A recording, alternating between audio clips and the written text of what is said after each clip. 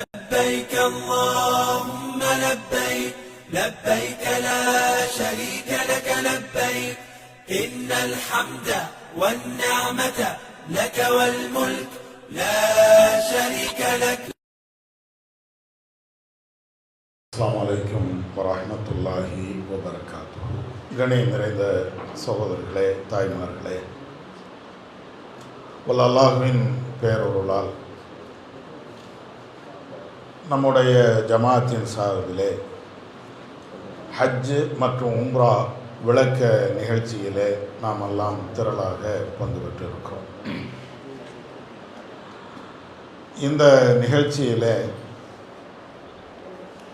நம்முடைய இபாதத்துகள் இறைவனால் ஒப்புக்கொள்ளப்பட்ட இபாதத்துகளாக அமைய வேண்டும் என்பதற்காக அல்லாஹ்வும் அல்லாஹ்வுடைய தூதரும் காட்டித் தந்த வழியின் அடிப்படையில் எவ்வாறு ஹஜ்ஜு செய்வது, எவ்வாறு உம்ராக்களை செய்வது என்பதை விளக்கக்கூடிய விதமாக இந்த வகுப்பு ஏற்பாடு செய்யப்பட்டு இருக்கிறது. இந்த வகுப்புக்கு உள்ளே செல்வதற்கு முன்பு சில அடிப்படையான செய்திகளை நான் சொல்ல ஆசைப்படுகிறேன். முதல் விஷயம், உயரிய ஒரு இபாதத்தை நம்மை சொர்க்கத்திற்கு அழைத்து செல்லக்கூடிய ஒரு வணக்கத்தை இன்ஷா அல்லாஹ் நாம் எல்லாம் செய்ய இருக்கிறோம். இந்த வணக்கம் என்பது இறைவனால் ஒப்புக்கொள்ளப்பட்ட ஒரு வணக்கமாக மாற வேண்டும். அதற்கு அடிப்படை என்னவென்றால் தூய்மையான எண்ணம். நபிகள் நாயகம் ஸல்லல்லாஹு அலைஹி வஸல்லம் அவர்கள் சொல்லி காட்டுகிறார்கள், அல் ஹஜ்ஜுல் மப்ரூர், ஒப்புக்கொள்ளப்பட்ட ஹஜ்ஜு என்பது லைஸலஹு இல்லல் ஜன்னா, அதற்கு சொர்க்கத்தை தவிர வேறு கூலியே கிடையாது என்று நபி அவர்கள் சொல்கிறார்கள். ஹஜ்ஜு என்று நாம் செய்யக்கூடிய இது இறைவன் அதை ஏற்றுக்கொண்டு விட்டான் என்றால் அன்றைக்கு இறைவனுடைய நாட்டத்தின் அடிப்படையில் நாம் மரணித்து விட்டோம் என்றால் நேரடியாக சொர்க்கம். ஏன்னா அவ்வளோ பெரிய இபாதத்தை, அவ்வளோ பெரிய நன்மைகள் தருகின்ற ஒரு வணக்கத்தை இஸ்லாம் நமக்கு சொல்லித் தருகிறது. அப்போ நேரடியாக சொர்க்கம் கிடைக்கக்கூடிய அளவிற்கு ஒரு இபாதத்தை நாம் செய்கிறோம் என்றால் அதற்கு அடிப்படை தூய்மையான எண்ணம். திருமறை குர்ஆன்லையும் நபி வழிகளையும் இறைவன், இறை தூதர் இதை பற்றி ஏராளமாக நமக்கு சொல்லி தந்து இருக்கிறார்கள்.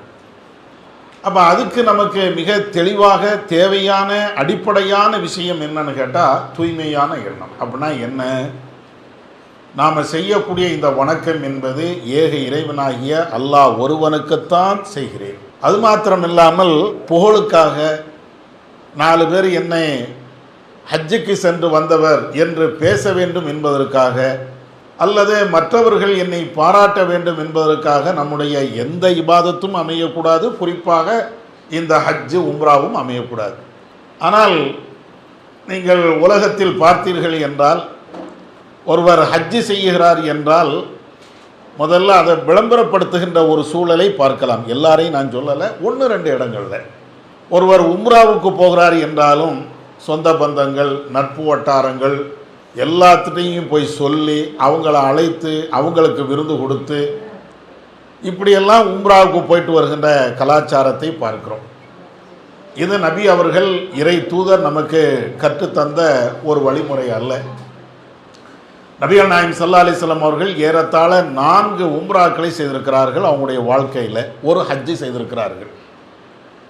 இந்த 4 உம்ரா ரசூலுல்லாஹ் செஞ்சிருக்கிறாங்களே அல்லது ஹஜ்ஜி செய்தார்களே, இதை செய்கிறதுக்கு முன்பு மதீனாவாசிகளுக்கு ரசூலுல்லாஹ் விருந்து வைத்ததாக ஒரு பலவீனமான செய்தியை கூட நீங்கள் பார்க்க இயலாது. நபி அவர்கள் ஹஜ்ஜுக்கு போகிறாங்க, எல்லாத்தையும் நான் ஹஜ்ஜுக்கு போகிறேன், இன்னைக்கு என் வீட்டில் விருந்து, இப்படின்னு ரசூலுல்லாஹ் செய்ததாக காட்டி தந்ததாக ஒரு ஹதீஸை கூட நீங்கள் பார்க்க முடியாது. ஏன்? இது ஒரு இபாதத், அவ்வளோதான், ஒரு வணக்கம். அன்றாட எத்தனையோ வணக்கங்கள் நாம் செய்கிறோமே. தொழுகிறோம், தொழுவு போகும்போது வாங்க பாய் நான் தொழ போகிறேன், ஒரு டீயாவது குடிங்க அப்படின்னு சொல்கிறோமா? என் வீட்டில் வந்து நீங்கள் துவா செய்யுங்க அப்படின்னு நம்ம சொல்கிறோமா? எதுவுமே சொல்கிறது இல்லை. நிறைய இபாதத்துகள் செய்யத்தான் செய்கிறோம்.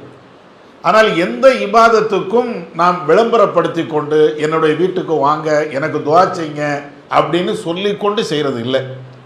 ஆனால் ஹஜ்ஜுக்கு உம்ராவுக்கு போகும்போது மட்டும்தான் ஊர் அடைக்க சாப்பாடு வைக்கிறது, சொந்த பந்தங்கள் எல்லாரும் வழி அனுப்புறதுக்காண்டி வர வேண்டியது, அவங்களுக்கு தேவையான பல்வேறு சேவைகளை நாம் செஞ்சு கொடுக்க வேண்டிய இதெல்லாம் இது எங்கே கொண்டு போய் விடும் அப்படின்னா நம்முடைய இபாதத்தை இறைவன் ஏற்றுக்கொள்ளக்கூடாத நிலையில் கொண்டு போய் தள்ளிவிடும். அல்லாஹ்வுக்காண்டி செய்தால் அல்லாஹ் ஏற்றுக்கிடுவான். உலகத்துக்காக, சொந்த பந்தங்களுக்காக, மற்றவர்களுக்காண்டி நாம் செய்தோம் என்றால் இறைவன் ஏற்றுக்கிடுவானா? நபிகள் நாயகம் ஸல்லல்லாஹு அலைஹி வஸல்லம் அவங்க சொல்கிறாங்க, விளம்பரத்திற்காக ஒரு மனிதர் ஒரு இபாதத்தை செய்கிறார் என்றால் நாளை மறுமையிலே அல்லாஹ் அவரை விளம்பரப்படுத்தி விடுவான். அப்படின்னா என்ன அர்த்தம்? நாம் செய்யக்கூடிய ஹஜ்ஜு, உம்ரா, எந்த இபாதத்தாக இருந்தாலும் பிற மனிதர் பாராட்ட வேண்டும் என்பதற்காண்டி நாம் செய்துவிட்டோம் என்றால் நாளை மறுமையில் அல்லாஹ் நம்மளை கேவலப்படுத்திடுவான். உலகத்தில் எல்லாரும் பாராட்டுவாங்க, ஹாஜி ஹாஜி ஹாஜி ஹஜ்ஜி செஞ்சிட்டாரு, 2 ஹஜ்ஜு 4 ஹஜ்ஜி செஞ்சிட்டாருன்னு பாராட்டுவாங்க, அது உலகத்தில். ஆனால் மறுமையில் அல்லாஹ் நம்மளை பாராட்ட மாட்டான், கேவலப்படுத்திடுவான். நீ யாருக்குடா ஹஜ்ஜி செஞ்ச? இல்லையா அல்லாஹ் நான் கஷ்டப்பட்டு ஹஜ்ஜி செஞ்ச சரிதான், ஆனால் உனக்கு ஹாஜி என்ற பட்டம் வேணும், அதுக்கு தானே செஞ்ச. நீ உம்ரா செய்துட்டு வந்த, எல்லாரும் உன்னை பாராட்டணும், மக்கத்துக்கு போயிட்டு வந்த ஆளுன்னு பாராட்டணும், அதுக்கு தானே நீ செஞ்ச. அப்போ ஏன்ட்ட ஏன் நன்மையை கேட்குற? ஏராளமான ஹதீஸ்கள் இருக்குது, ஒரு ஹதீஸை தான் நான் உங்களுக்கு சொல்லியிருக்கிறேன். அப்போ அதனால் உயரிய சொர்க்கத்திற்கு அழைத்து செல்லக்கூடிய ஒரு இபாதத்தை நாம் செய்கிறோம் என்றால் இது போன்ற அனாச்சாரங்கள் அல்லது மார்க்கம் காட்டி தராத ஒரு செயல்பாடுகள் கண்டிப்பாக நம்மள்கிட்ட இருக்கக்கூடாது.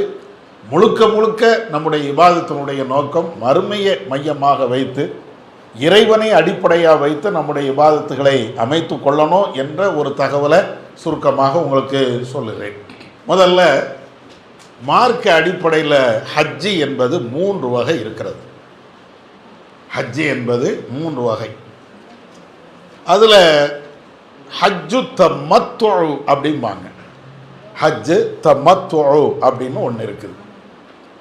2வது ஹஜ்ஜுல் கிரான் அப்படின்னு ஒன்று இருக்கிறது. 3வது ஹஜ்ஜுல் இஃப்ராத் அப்படின்னு இருக்குது. என்னடா இது புரியாத பாஷையில் பேசுகிறாரு, இதையெல்லாம் நாங்கள் எங்கே மனப்பாடம் பண்ண அப்படின்னு நீங்கள் நினைக்க வேண்டாம். இது கொஞ்சம் புரிகிறது, அரபி வார்த்தையாக இருக்கிறதுனால புரிகிறது சிரமமாக இருக்கும். ஆனால் எளிமையாக சொல்லிடுங்க. அரபியை நீங்கள் மனப்பாடம் பண்ணணும், இதெல்லாம் நம்ம மனசில் ஏற்றணும் அப்படின்னு கவலையெல்லாம் படாதீங்க. அதாவது என்னன்னா ஹஜ்ஜுங்கிறது 3 வகையில் ரசூலா காட்டி தந்திருக்கிறாங்க. 3 வகையில் ஒரு ஆள் ஹஜ்ஜு செய்யலாம். அதில் ஒரு வகை என்னன்னா ஹஜ்ஜு தமத்து. அப்படின்னா என்ன? முதல்ல இங்கேருந்து போனோன்னா உம்ரா செய்கிறது, அதுக்கப்புறம் எஹ்ராமை களைஞ்சிருவோம், மீண்டும் எஹ்ராமை கட்டுவது, ஹஜ்ஜு செய்வது. அதாவது உம்ரா தனியாக, ஹஜ்ஜு தனியாக, இப்படின்னு ஒரு வகை இருக்கிறது. இது ஒரு வகை ஹஜ்ஜு, அதுக்கு தான் தமத்து அப்படிம்பாங்க. இன்னொரு வகை ஹஜ்ஜு என்னன்னா தனித்தனியாக செய்யாமல் ஹஜ்ஜையும் உம்ராவையும் சேர்த்து செய்வது. ஹஜ்ஜையும் உம்ராவையும் ஒரே நேரத்தில் செய்வது, அது இன்னொரு ஹஜ். ஒன்று என்ன, ஃபஸ்ட்டு என்னது, ஹஜ்ஜு தனியாக உம்ரா தனியாக, இப்படி தனித்தனியாக செய்கிறது. இன்னொன்று என்ன, தனித்தனியாக இல்லாமல் ஹஜ்ஜையும் உம்ராவையும் சேர்த்து செய்வது, இது 2வது வகை. 3வது வகை என்னன்னா உம்ராவே இல்லாமல் வெறுமன ஹஜ்ஜை மட்டும் செய்கிறது, வெறும் ஹஜ், உம்ரா செய்ய மாட்டாங்க. இப்படி 3 வகைகளில் ரசூலா நமக்கு ஹஜ்ஜை செய்வதற்கு வழிகாட்டி இருக்கிறாங்க. ஒன்று ஹஜ்ஜு தனியாக உம்ரா தனியாக, இப்படி ஒன்று. 2வது ஹஜ்ஜையும் உம்ராவையும் சேர்த்து ஒரே நேரத்தில் செய்வது. 3வது உம்ராவே இல்லாமல் ஹஜ்ஜை மட்டும் செய்கிறது. இதுக்கு தான் அரபில் உழவுன்னு சொன்னேன். ஹஜ்ஜு தமத்து, ஹஜ்ஜுல் கிரானு, ஹஜ்ஜுல் இஃப்ராது, இப்படி நான் சொன்னது அரபி வார்த்தை. தமிழில் புரிஞ்சுக்கிடுங்க. ஹஜ்ஜையும் உம்ராவையும் ஒரு பயணத்தில் தனித்தனியாக செய்கிறது, ஹஜ்ஜையும் உம்ராவையும் ஒரே நேரத்தில் செய்வது, ஹஜ்ஜு மட்டும் செய்வது, இதுதான், வேற ஒன்றுமே கிடையாது. சரியா? இப்போ உங்களுக்கு அந்த 3 வகையான ஹஜ்ஜையும் நீங்கள் முழுமையாக படிக்கணும்னு அவசியம் இல்லை, ஒன்றே படித்தா போதுமானது. எதை? தமத்து ஹஜ். ஏன்னா இங்கே இருந்து போகக்கூடிய, குறிப்பாக நம்ம தமிழ்நாட்டில் இருந்து போகக்கூடிய எல்லாருமே ஹஜ்ஜு தமத்து தான் செய்வோம். அதுதான் நம்மளுக்கு வசதி. நிறைய நன்மைகள் சம்பாதிப்பதற்கும் நிறைய உம்ராக்கள் செய்வதற்கும் அதுதான் வசதி. அதனால் நம்ம எல்லாருமே ஹஜ்ஜு தமத்துவ தான் செய்ய போகிறோம். அதனால் அந்த ஹஜ்ஜு தமத்துவ மாத்திரம் இப்போ நம்ம தெரிஞ்சுக்கிடுவோம். சவுதியில் இருக்கிறாங்க, அவங்க ஹஜ்ஜுல் கிரான் செய்வாங்க அல்லது ஹஜ்ஜுல் இஃப்ராதை செய்வாங்க. ஏன்னா மக்காவிலே அவங்க சொந்த ஊரே மக்காவாக இருக்கும், சொந்த ஊரே சவுதியாக இருக்கும். டக்குன்னு 2 நாளில் 4 நாளில் வந்து ஹஜ்ஜை முடிச்சுட்டு அவங்க போய்கிட்டே இருப்பாங்க. அது அவங்களுக்கு வசதி. நம்ம மாதிரி வெகு தூரத்தில் இருந்து போகக்கூடிய நம்ம மாதிரி ஆட்களுக்கு வந்து இந்த தமத்து தான் வசதி.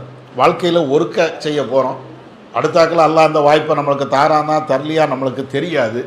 அப்போ அதனால் தமத்து என்ற இந்த ஹஜ்ஜைத்தான் நம்ம எல்லாருமே செய்வோம். அதை மாதிரி அந்த ஹஜ்ஜை மட்டும் இப்போ தெரிஞ்சுக்கிடுவோம்.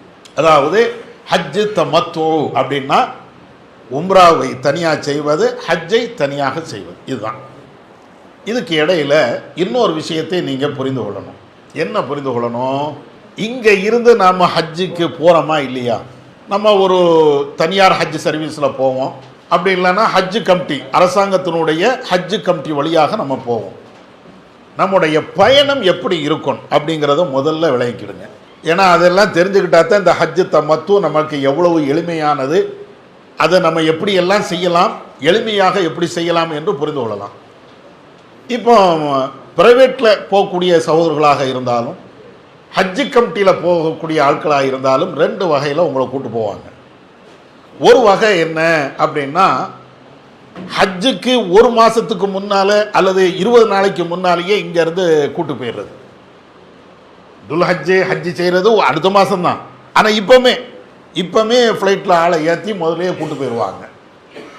இன்னொரு வகை என்ன அப்படின்னு கேட்டாச்சுன்னா, லாஸ்ட் நேரத்தில், அதாவது துல்ஹஜ் மாதத்தில், துல்ஹஜ் 2ஆம் தேதி 3ஆம் தேதி அப்பமும் கடைசி வரை இங்கேருந்து ஆட்கள் போய்கிட்டே தானே இருப்பாங்க, அந்த மாதிரி நேரத்தில் கூட்டு போகிறது. இப்படி 2 வகையில் உங்களை கூட்டு போகிறதுக்கு அந்த டேட்டு ஃப்ளைட்டு போகக்கூடிய நேரத்தை பொறுத்து அப்படியே வச்சுருப்பாங்க. உங்களை முதல்லையே கூட்டு போயிட்டாங்கன்னு வைங்களேன், அதாவது ஒரு 15 நாளைக்கு முன்னால் 20 நாளைக்கு முன்னால் ஹஜ்ஜு உடைய நாளுக்கு 20 நாளைக்கு முன்னால் 15 நாளைக்கு முன்னால் கூட்டு போயிட்டாங்கன்னா உங்களுடைய பயணம் எப்படி பண்ணியிருப்பாங்க அப்படின்னா, முதல்ல உம்ராவுக்கு கூட்டு போயிடுவாங்க. நேராக ஜித்தாவில் கொண்டு போய் இறக்கி நேராக காபாவை கொண்டு போய் உம்ரா செய்யுங்க அப்படிங்கக்கூடிய அந்த இபாதத்துக்கு உங்களுக்கு வழிபட்டுருவாங்க. அப்போ முதல்ல உம்ரா செய்துட்டு அதுக்கப்புறம் மக்காவிலேயே இருப்போம். சில நேரங்களில் என்ன செய்வாங்கன்னா, ஹஜ்ஜுக்கு முன்னாலேயே மதீனாவுக்கும் கூட்டு போயிட்டு வந்துடுவாங்க. ஏன்னா நம்ம ரொம்ப நாள் இருக்குதுல்ல, 1 மாதம்ல இருக்குது ஹஜ்ஜு செய்கிறதுக்கு. அப்போ அதனால் முன்கூட்டியே போகக்கூடிய ஆட்களுக்கு என்ன செஞ்சுருவாங்க அப்படின்னா, முதல்லையே உம்ராவை செய்ய வச்சுட்டு மக்காவில் கொஞ்ச நாள் இருக்க வச்சு அப்புறம் மதீனாவுக்கு 1 வாரம் போயிட்டு திரும்ப மக்காவுக்கு கூட்டு வந்து ஹஜ்ஜை செய்ய வைப்பாங்க. இது ஒரு வகை. கடைசியில் போனீங்கன்னு வைங்களேன், முதல்ல ஹஜ்ஜை தான் உங்களை செய்ய வைப்பாங்க. ஹஜ்ஜை செய்ய வச்சுட்டு ஹஜ்ஜு எல்லா கிரியைகளும் முடிஞ்சதுக்கு பின்னாடி மக்காவிலே நீங்கள் இருப்பீங்க. அதுக்கு பின்னால் உம்ராவை செய்ய வைப்பாங்க. அதாவது அட்வான்ஸாக போயிட்டீங்கன்னா முதல்ல உம்ரா, 2வது ஹஜ்ஜு. லேட்டாக போனீங்கன்னா முதல்ல ஹஜ்ஜு, 2வது உம்ராவை செய்வோம். எப்படினாலும் செஞ்சுக்கலாம், ஒன்றும் தப்புலாம் ஒன்றும் கிடையாது. சரியா? எப்படினாலும் மார்க்கம் நமக்கு 2ஐயுமே அனுமதிக்குது. அட்வான்ஸாக சீக்கிரமாக போயிட்டோம் அப்படின்னு சொன்னால் சீக்கிரமாக உம்ரா முடிச்சிட்டோம், ஃபஸ்ட்டு உம்ரா முடிப்போம், 2வது ஹஜ்ஜை முடிப்போம். லேட்டாக போனோம் அப்படின்னு சொன்னால் முதல்ல ஹஜ்ஜை முடிப்போம், அதுக்கு பின்னால் உம்ராவை முடிப்போம். எதுனாலும் பண்ணிக்கலாம், அது ஒரு தப்பு கிடையாது. இது உங்களுடைய பயண அந்த கூட்டு போகிறாங்களா இல்லையா அவங்க செய்யக்கூடிய அந்த ஏற்பாடுகள், அதை நீங்கள் புரிஞ்சுக்கிடுங்க. அடுத்து இந்த பயணத்தில் நீங்கள் போகும்போது இன்னொரு முக்கியமான விஷயம், நிறைய ட்ரெஸ்ஸுகளை கொண்டு போகாதீங்க. இங்கேருந்து 2 மாதம்லாம் தங்க போகிறோம், 40 நாள் தங்க போகிறோமே அப்படின்னு சொல்லிட்டு வீட்டில் இருக்கக்கூடிய நம்முடைய ட்ரெஸ்ஸு எல்லாத்தையும் தூக்கிட்டு போக நினைக்காதீங்க. ஏன்னா அது உங்களுக்கு பெரிய சுமை. அதுக்கு அப்படியே ட்ரெஸ் இல்லாமலாம் போக முடியாது. அங்கே போய் புது ட்ரெஸ்ஸாக எடுத்துகிட்டு இருக்க முடியும்? எப்படி இருந்தாலும் ஒரு 4 அல்லது 5 செட்டு ட்ரெஸ்ஸை எடுத்து வச்சுக்கிடுங்க. ஆண்களாக இருந்தாலும் பெண்களாக இருந்தாலும் நம்ம உடுத்து களைவதற்காக வேண்டி ஒரு 4-5 ட்ரெஸ்ஸை, அந்த செட்டு 5 ட்ரெஸ்ஸு செட்டை நீங்கள் எடுத்துக்கிட்டிங்கன்னா உங்களுக்கு லக்கேஜ் போகிறது வாரது அது கொஞ்சம் எளிமையாக இருக்கும். நிறைய ட்ரெஸ் அங்கேருந்து நீங்கள் தூக்கிட்டு போனீங்கன்னா அது உங்களுக்கு பயணத்தில் அது ஒரு சுமையாக மாறிடும். ஏன்னா ஒரே இடத்துல தங்க வைக்க மாட்டாங்க. நீங்கள் மக்காவில் போனீங்கன்னா அங்கே சில இடங்களில் தங்க வேண்டி இருக்கும். அதுக்கப்புறம் மதீனாவுக்கு போகும்போது வேறு இடத்துல தங்க வேண்டி இருக்கும். மினாவில், முஸ்தலிஃபாவில், அரஃபா அங்கேயெல்லாம் போயிட்டு வர வேண்டி இருக்கும். அப்போ எல்லா இடத்துலையும் இந்த பேக்கை தூக்கிட்டுலாம் போயிட்டு இருக்க முடியாது. அப்போ அதனால் லக்கேஜுகள் வந்து உங்களுக்கு குறைவாக, ட்ரெஸ்ஸு தான் நான் சொல்கிறேன், ட்ரெஸ்ஸு வந்து நம்ம குறைவாக எடுத்துகிட்டு போயிட்டோம் அப்படின்னு சொன்னால் அதுக்காண்டி 1-2 ட்ரெஸ்ஸை வச்சுக்கிட்டு சமாளிக்க முடியாது. குறைஞ்சபட்சம் ஒரு 4-5 செட்டு இருந்ததுன்னா ஒன்று அழுக்கானாலும் அடுத்து உடனே துவைக்க முடியலன்னா ஒரு நாள் கழிச்சா துவைச்சிக்கலாம். அல்லது அங்கே லாண்ட்ரி செட்டப்லாம் இருக்குது, நம்ம துவைக்கணும் கூட அவசியம் இல்லை, லாண்ட்ரி எல்லாம் நிறைய இருக்குது. அதனால் டக்குன்னு துவைச்சி அயன் பண்ணால் தந்துடுவாங்க, அது பிரச்சனை இருக்காது. அப்போ இது குறைய நம்ம கொண்டு போயிட்டோம்னா நம்மளுக்கு சிரமம் இருக்காதுங்கிறதுக்காண்டி உங்களுக்கு ஒரு சின்ன ஆலோசனையாக சொல்லிக் கொடுக்குறோம். இப்போ முதல்ல ஃபஸ்ட்டு உம்ராவை பார்ப்போம். இப்போ நீங்கள் அட்வான்ஸாகவே போயிட்டீங்கன்னு வைங்க, அப்போ சீக்கிரமாக நீங்கள் போயிட்டீங்கன்னா முதல்ல உம்ரா செய்யணும். உம்ரா செய்வதாக இருந்தால் மொத்த உம்ரானுடைய நிலை என்ன, எதை செய்தால் உம்ரா, அது முதல்ல விளங்கிடுங்க. 5 விஷயங்கள் செய்தால் உம்ரா செய்துட்டீங்கன்னு அர்த்தம். ஒரு உம்ரா ஒரு ஆள் செய்கிறாருன்னா அது ஹஜ்ஜுடைய நேரத்தில் நீங்கள் செஞ்சாலும் சரி, அல்லது சாதாரணமாக மற்ற நாட்களையும் உம்ராவை போகலாமா இல்லையா, அந்த உம்ராவை செய்வதாக இருந்தாலும் மொத்தத்தில் 5 செயல்பாடுகள் தான் உம்ரா. அது என்ன 5 செயல்பாடுகள்? 1, எஹ்ராம் கட்டுதல். அது என்னென்னு விவரமாக நான் சொல்கிறேன். எஹ்ராம்னா என்ன, அதில் என்னென்ன செய்யணும், என்னென்ன செய்யக்கூடாது அப்படிங்கிறது 2வது நான் சொல்கிறேன். இப்போ உம்ரா அப்படின்னா முதல்ல ஃபஸ்ட்டு வந்து எஹ்ராம் கட்டுதல், 2வது வந்து தவாஃபு பண்ணுறது. காபா இருக்குது இல்லையா, அந்த காபாவில் தவாஃபு பண்ணணும் 2வது. 3வது தவாஃபு பண்ணி முடித்ததற்கு பின்னாடி 2 ரக்காயத்துகள் மக்காம இப்ராஹிம் என்ற அந்த பகுதியில் தொழுகிறது. 4வது சை செய்கிறது, அதாவது சஃபா மருவாக்கு இடையில் தொங்கோட்டம் ஓடுதல், இது 4. 5வது முடியை களைதல். மொத்தம் 5 பாயிண்ட் தான் ஒரு உம்ரா அப்படின்னு சொன்னால். மொத்தமே இந்த 5 தான். 1 வந்து எஹ்ராம் கட்டுதல், 2வது தவாஃபு பண்ணுதல், 3வது 2 ரக்காயத்துகள் தொழுதல், 4வது சஃபா மருவாக்கு இடையில் தொங்கோட்டம் ஓடுதல், 5வது முடியை களைதல். இந்த 5 செயலை செய்துட்டாலேயே நம்ம உம்ராவை முடிச்சிட்டோன்னு அர்த்தம். சில நேரங்களில் சிரமமாக இருக்கும், சில நேரங்கள் ரொம்ப லேசாக இருக்கும், ரொம்ப கஷ்டம்னா ஒன்றும் கிடையாது. இந்த 5 தான். இந்த 5 செயல்பாடுகளும் எங்கே இருக்கும்னா எல்லாமே காபாவில் தான் இருக்கும். ஹஜ்ஜுக்கு தான் மினாவுக்கு போகணும், அரஃபாவுக்கு போகணும், முஸ்தலிஃபாவுக்கு போகணும் அப்படிங்கிறதெல்லாம் இருக்குது. இது வந்து தவாப் பண்ணுறது, சை பண்ணுறது, தொங்கோட்டம் ஓடுறது எல்லாமே ஹரமில் தான், அதாவது காபாவில் தான், எல்லாம் அங்கே தான் எல்லாமே முடிஞ்சிடும் உம்ராங்கிறது. சரியா? அப்போ உம்ராங்கிறது மொத்தத்தில் 5 விஷயம்தான் உம்ரா. இதை நல்ல மனசில் வச்சுக்கிடுங்க. திரும்பவும் ஒருக்க சொல்கிறேன். எஹ்ராம் கட்டுதல், தவாஃபு பண்ணுதல், 2 ரக்காயத்து தொழுதல், சஃபா மருவாக்கு இடையில் தொங்கோட்டம் ஓடுதல், முடியை களையுதல். ஆணு பெண்ணு எல்லாத்துக்கும் ஒரே மாதிரி தான். இந்த 5ஐயும் செய்துவிட்டால் நம்ம உம்ரா முடிச்சிட்டோம். இப்போ நம்ம இங்கே இருந்து போகும்போது ஃபஸ்ட்டு உம்ரா தானே செய்வோம். இப்படி உம்ரா செய்கிறதாக இருந்தால் இந்த 5ஐயும் செய்யணும். ஃபஸ்ட்டு வந்து என்னென்னா எஹ்ராம் கட்டுதல். நம்ம நடைமுறையில் எஹ்ராம் கட்டுதல் அப்படின்னு பேசிகிட்டே இருக்கிறோம். எஹ்ராம் கட்டுதல்னால் என்ன? எஹ்ராம் அப்படின்னு சொன்னால் தடை செய்தல் அப்படின்னு அதுக்கு அர்த்தம். எஹ்ராம் அப்படின்னா அரபி வார்த்தை, அதுக்கு தமிழில் சொல்கிறதா இருந்தால் தடை செய் அப்படின்னா என்ன? ஹராம்னு சொல்கிறோமா இல்லையா, அதுதான் எஹ்ராம். ஹராம் நம்ம எல்லாத்துக்கும் தெரிஞ்ச ஒரு அரபி வார்த்தை ஹராம். பன்றிக்கறி ஹராம், சாராயம் ஹராம் அப்படிங்கிறோம்ல, அப்படின்னா என்ன அர்த்தம்? தடுக்கப்பட்டதுன்னு அர்த்தம். அதில் உள்ள ஒரு வார்த்தை தான் எஹ்ராம். அப்படின்னா என்ன? சில விஷயங்களை செய்யக்கூடாது. நம்ம என்னைக்கு எஹ்ராம் நிலைக்கு உள்ளே போயிட்டோமோ அதில் சில விஷயங்கள் செய்யக்கூடாது. என்ன அப்படிங்கிறது 2வது நான் சொல்கிறேன். இந்த எஹ்ராம்ங்கிற வார்த்தைக்கு அர்த்தமும் அதை சார்ந்த விளக்கமும் அது தெரிஞ்சுக்கணுங்கிறதுக்காண்டி இந்த கருத்தை நான் சொல்கிறேன். எஹ்ராம் அப்படின்னு சொன்னால் தடை செய்தல். அதை இன்னொரு வார்த்தையில் சொல்ல போனால் ஹஜ்ஜு உம்ராவுக்காக வேண்டி நீயத்து வைக்குதல், அதுக்கு பேர் தான். ஒவ்வொரு இபாதத்துக்கும் ஒரு நீயத்து இருக்கா இல்லையா? இன்னமல்லாமாலும் பின்னியாத்து ரசூலா சொல்கிறாங்க, எந்த செயல்களாக இருந்தாலும் உங்களுடைய எண்ணத்தை பொறுத்து தான், எண்ணம் தான் பிரதான். நான் ஆரம்பத்திலே சொன்ன மாதிரி நம்ம செய்யக்கூடிய இந்த ஹஜ்ஜு உம்ரா அல்லாவுக்காக வேண்டி அந்த தூய்மையான எண்ணம் இருக்கணும். அதே மாதிரி இந்த உம்ராவுக்காக வேண்டி நம்ம போகிறோம், ஹஜ்ஜுக்காக வேண்டி நம்ம போகிறோம்னா எஹ்ராம் அப்படின்னு சொன்னால் நீயத்து வைக்குதல். எஹ்ராம் கட்டுதல் நம்ம சொல்கிறோம். ஆனால் அதனுடைய அர்த்தம் என்னன்னா நீயத்து வைக்குதல் அப்படிங்கிறது தான் கருத்து. அர்த்தம் என்று சொல்வதை விட கருத்து. அர்த்தம் நான் முதல்ல சொன்னது தான், தடை செய்தல்ங்கிறது தான் அதுக்கு அர்த்தம்.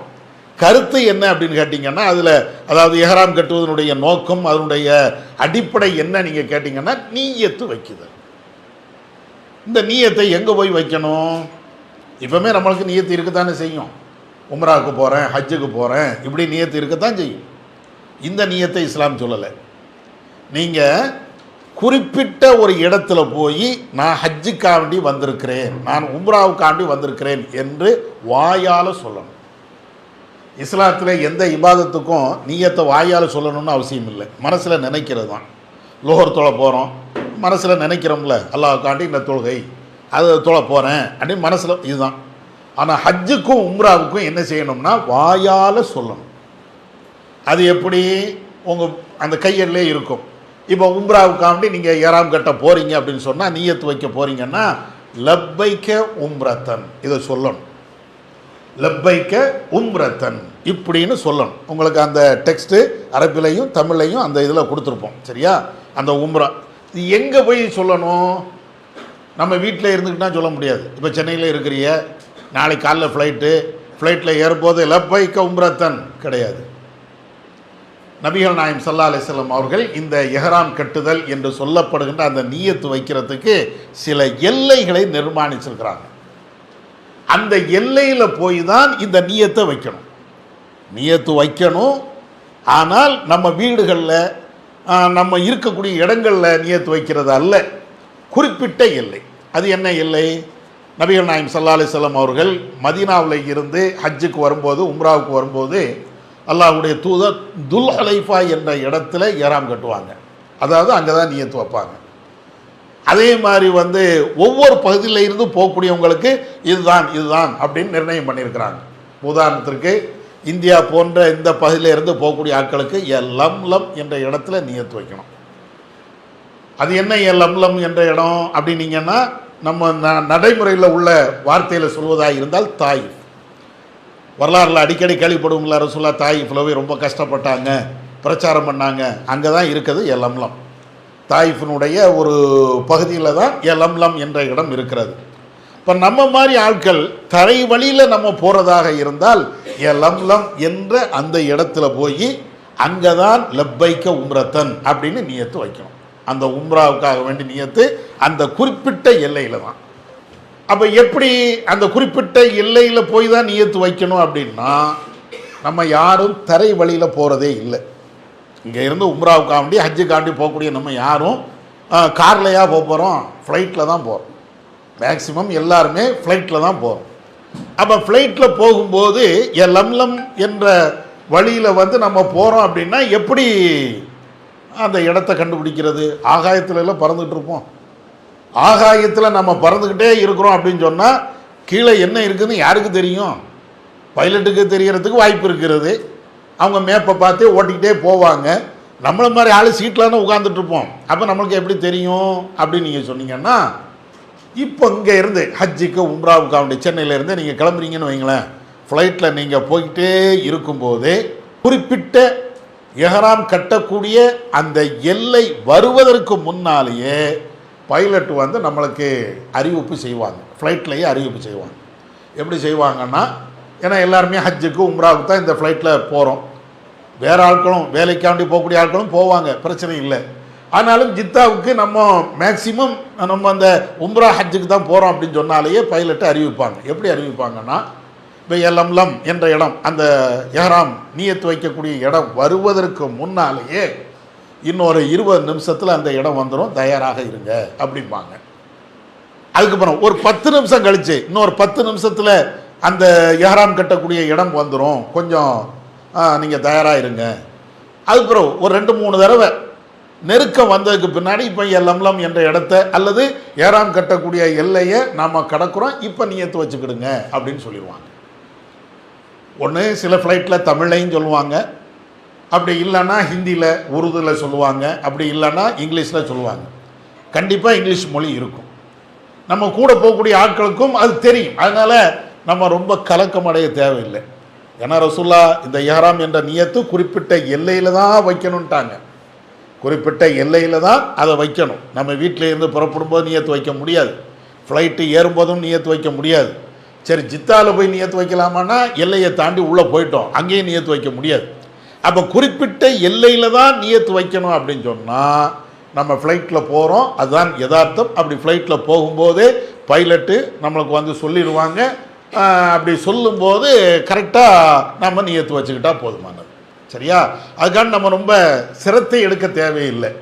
நீங்கள் சிங்கிளாக போகிறீங்கன்னு வைங்களேன், இப்போ இங்கேருந்து ஹஜ்ஜுக்கோ உம்ராவுக்கோ சிங்கிளாகவே போகிறீங்க, தனியாக போகிறீங்க, நீங்கள் மட்டும்தான் உம்ராவுக்கு போகிறீங்க. அப்போ என்ன செய்கிறது? அந்த நியத்து வைக்கணுமே, கலக்கலாம் தேவையில்லை. ஏர் ஹோல்டர்ஸ் இருப்பாங்க ஃப்ளைட்டில், பணிவிடை செய்வதற்குன்னு ஆட்கள் இருப்பாங்க, ஆணும் இருப்பாங்க பெண்ணும் இருப்பாங்க. அவங்கள்ட்ட சொல்லிட்டா போதும், நான் உம்ராவுக்கு வாண்டி போகிறேன், குறிப்பிட்ட அந்த எல்லை வரும்போது எனக்கு கொஞ்சம் யாவப்படுத்துங்க, அலர்ட் பண்ணுங்க அப்படின்னு சொன்னாச்சுன்னா கரெக்டாக சொல்லிடுவாங்க.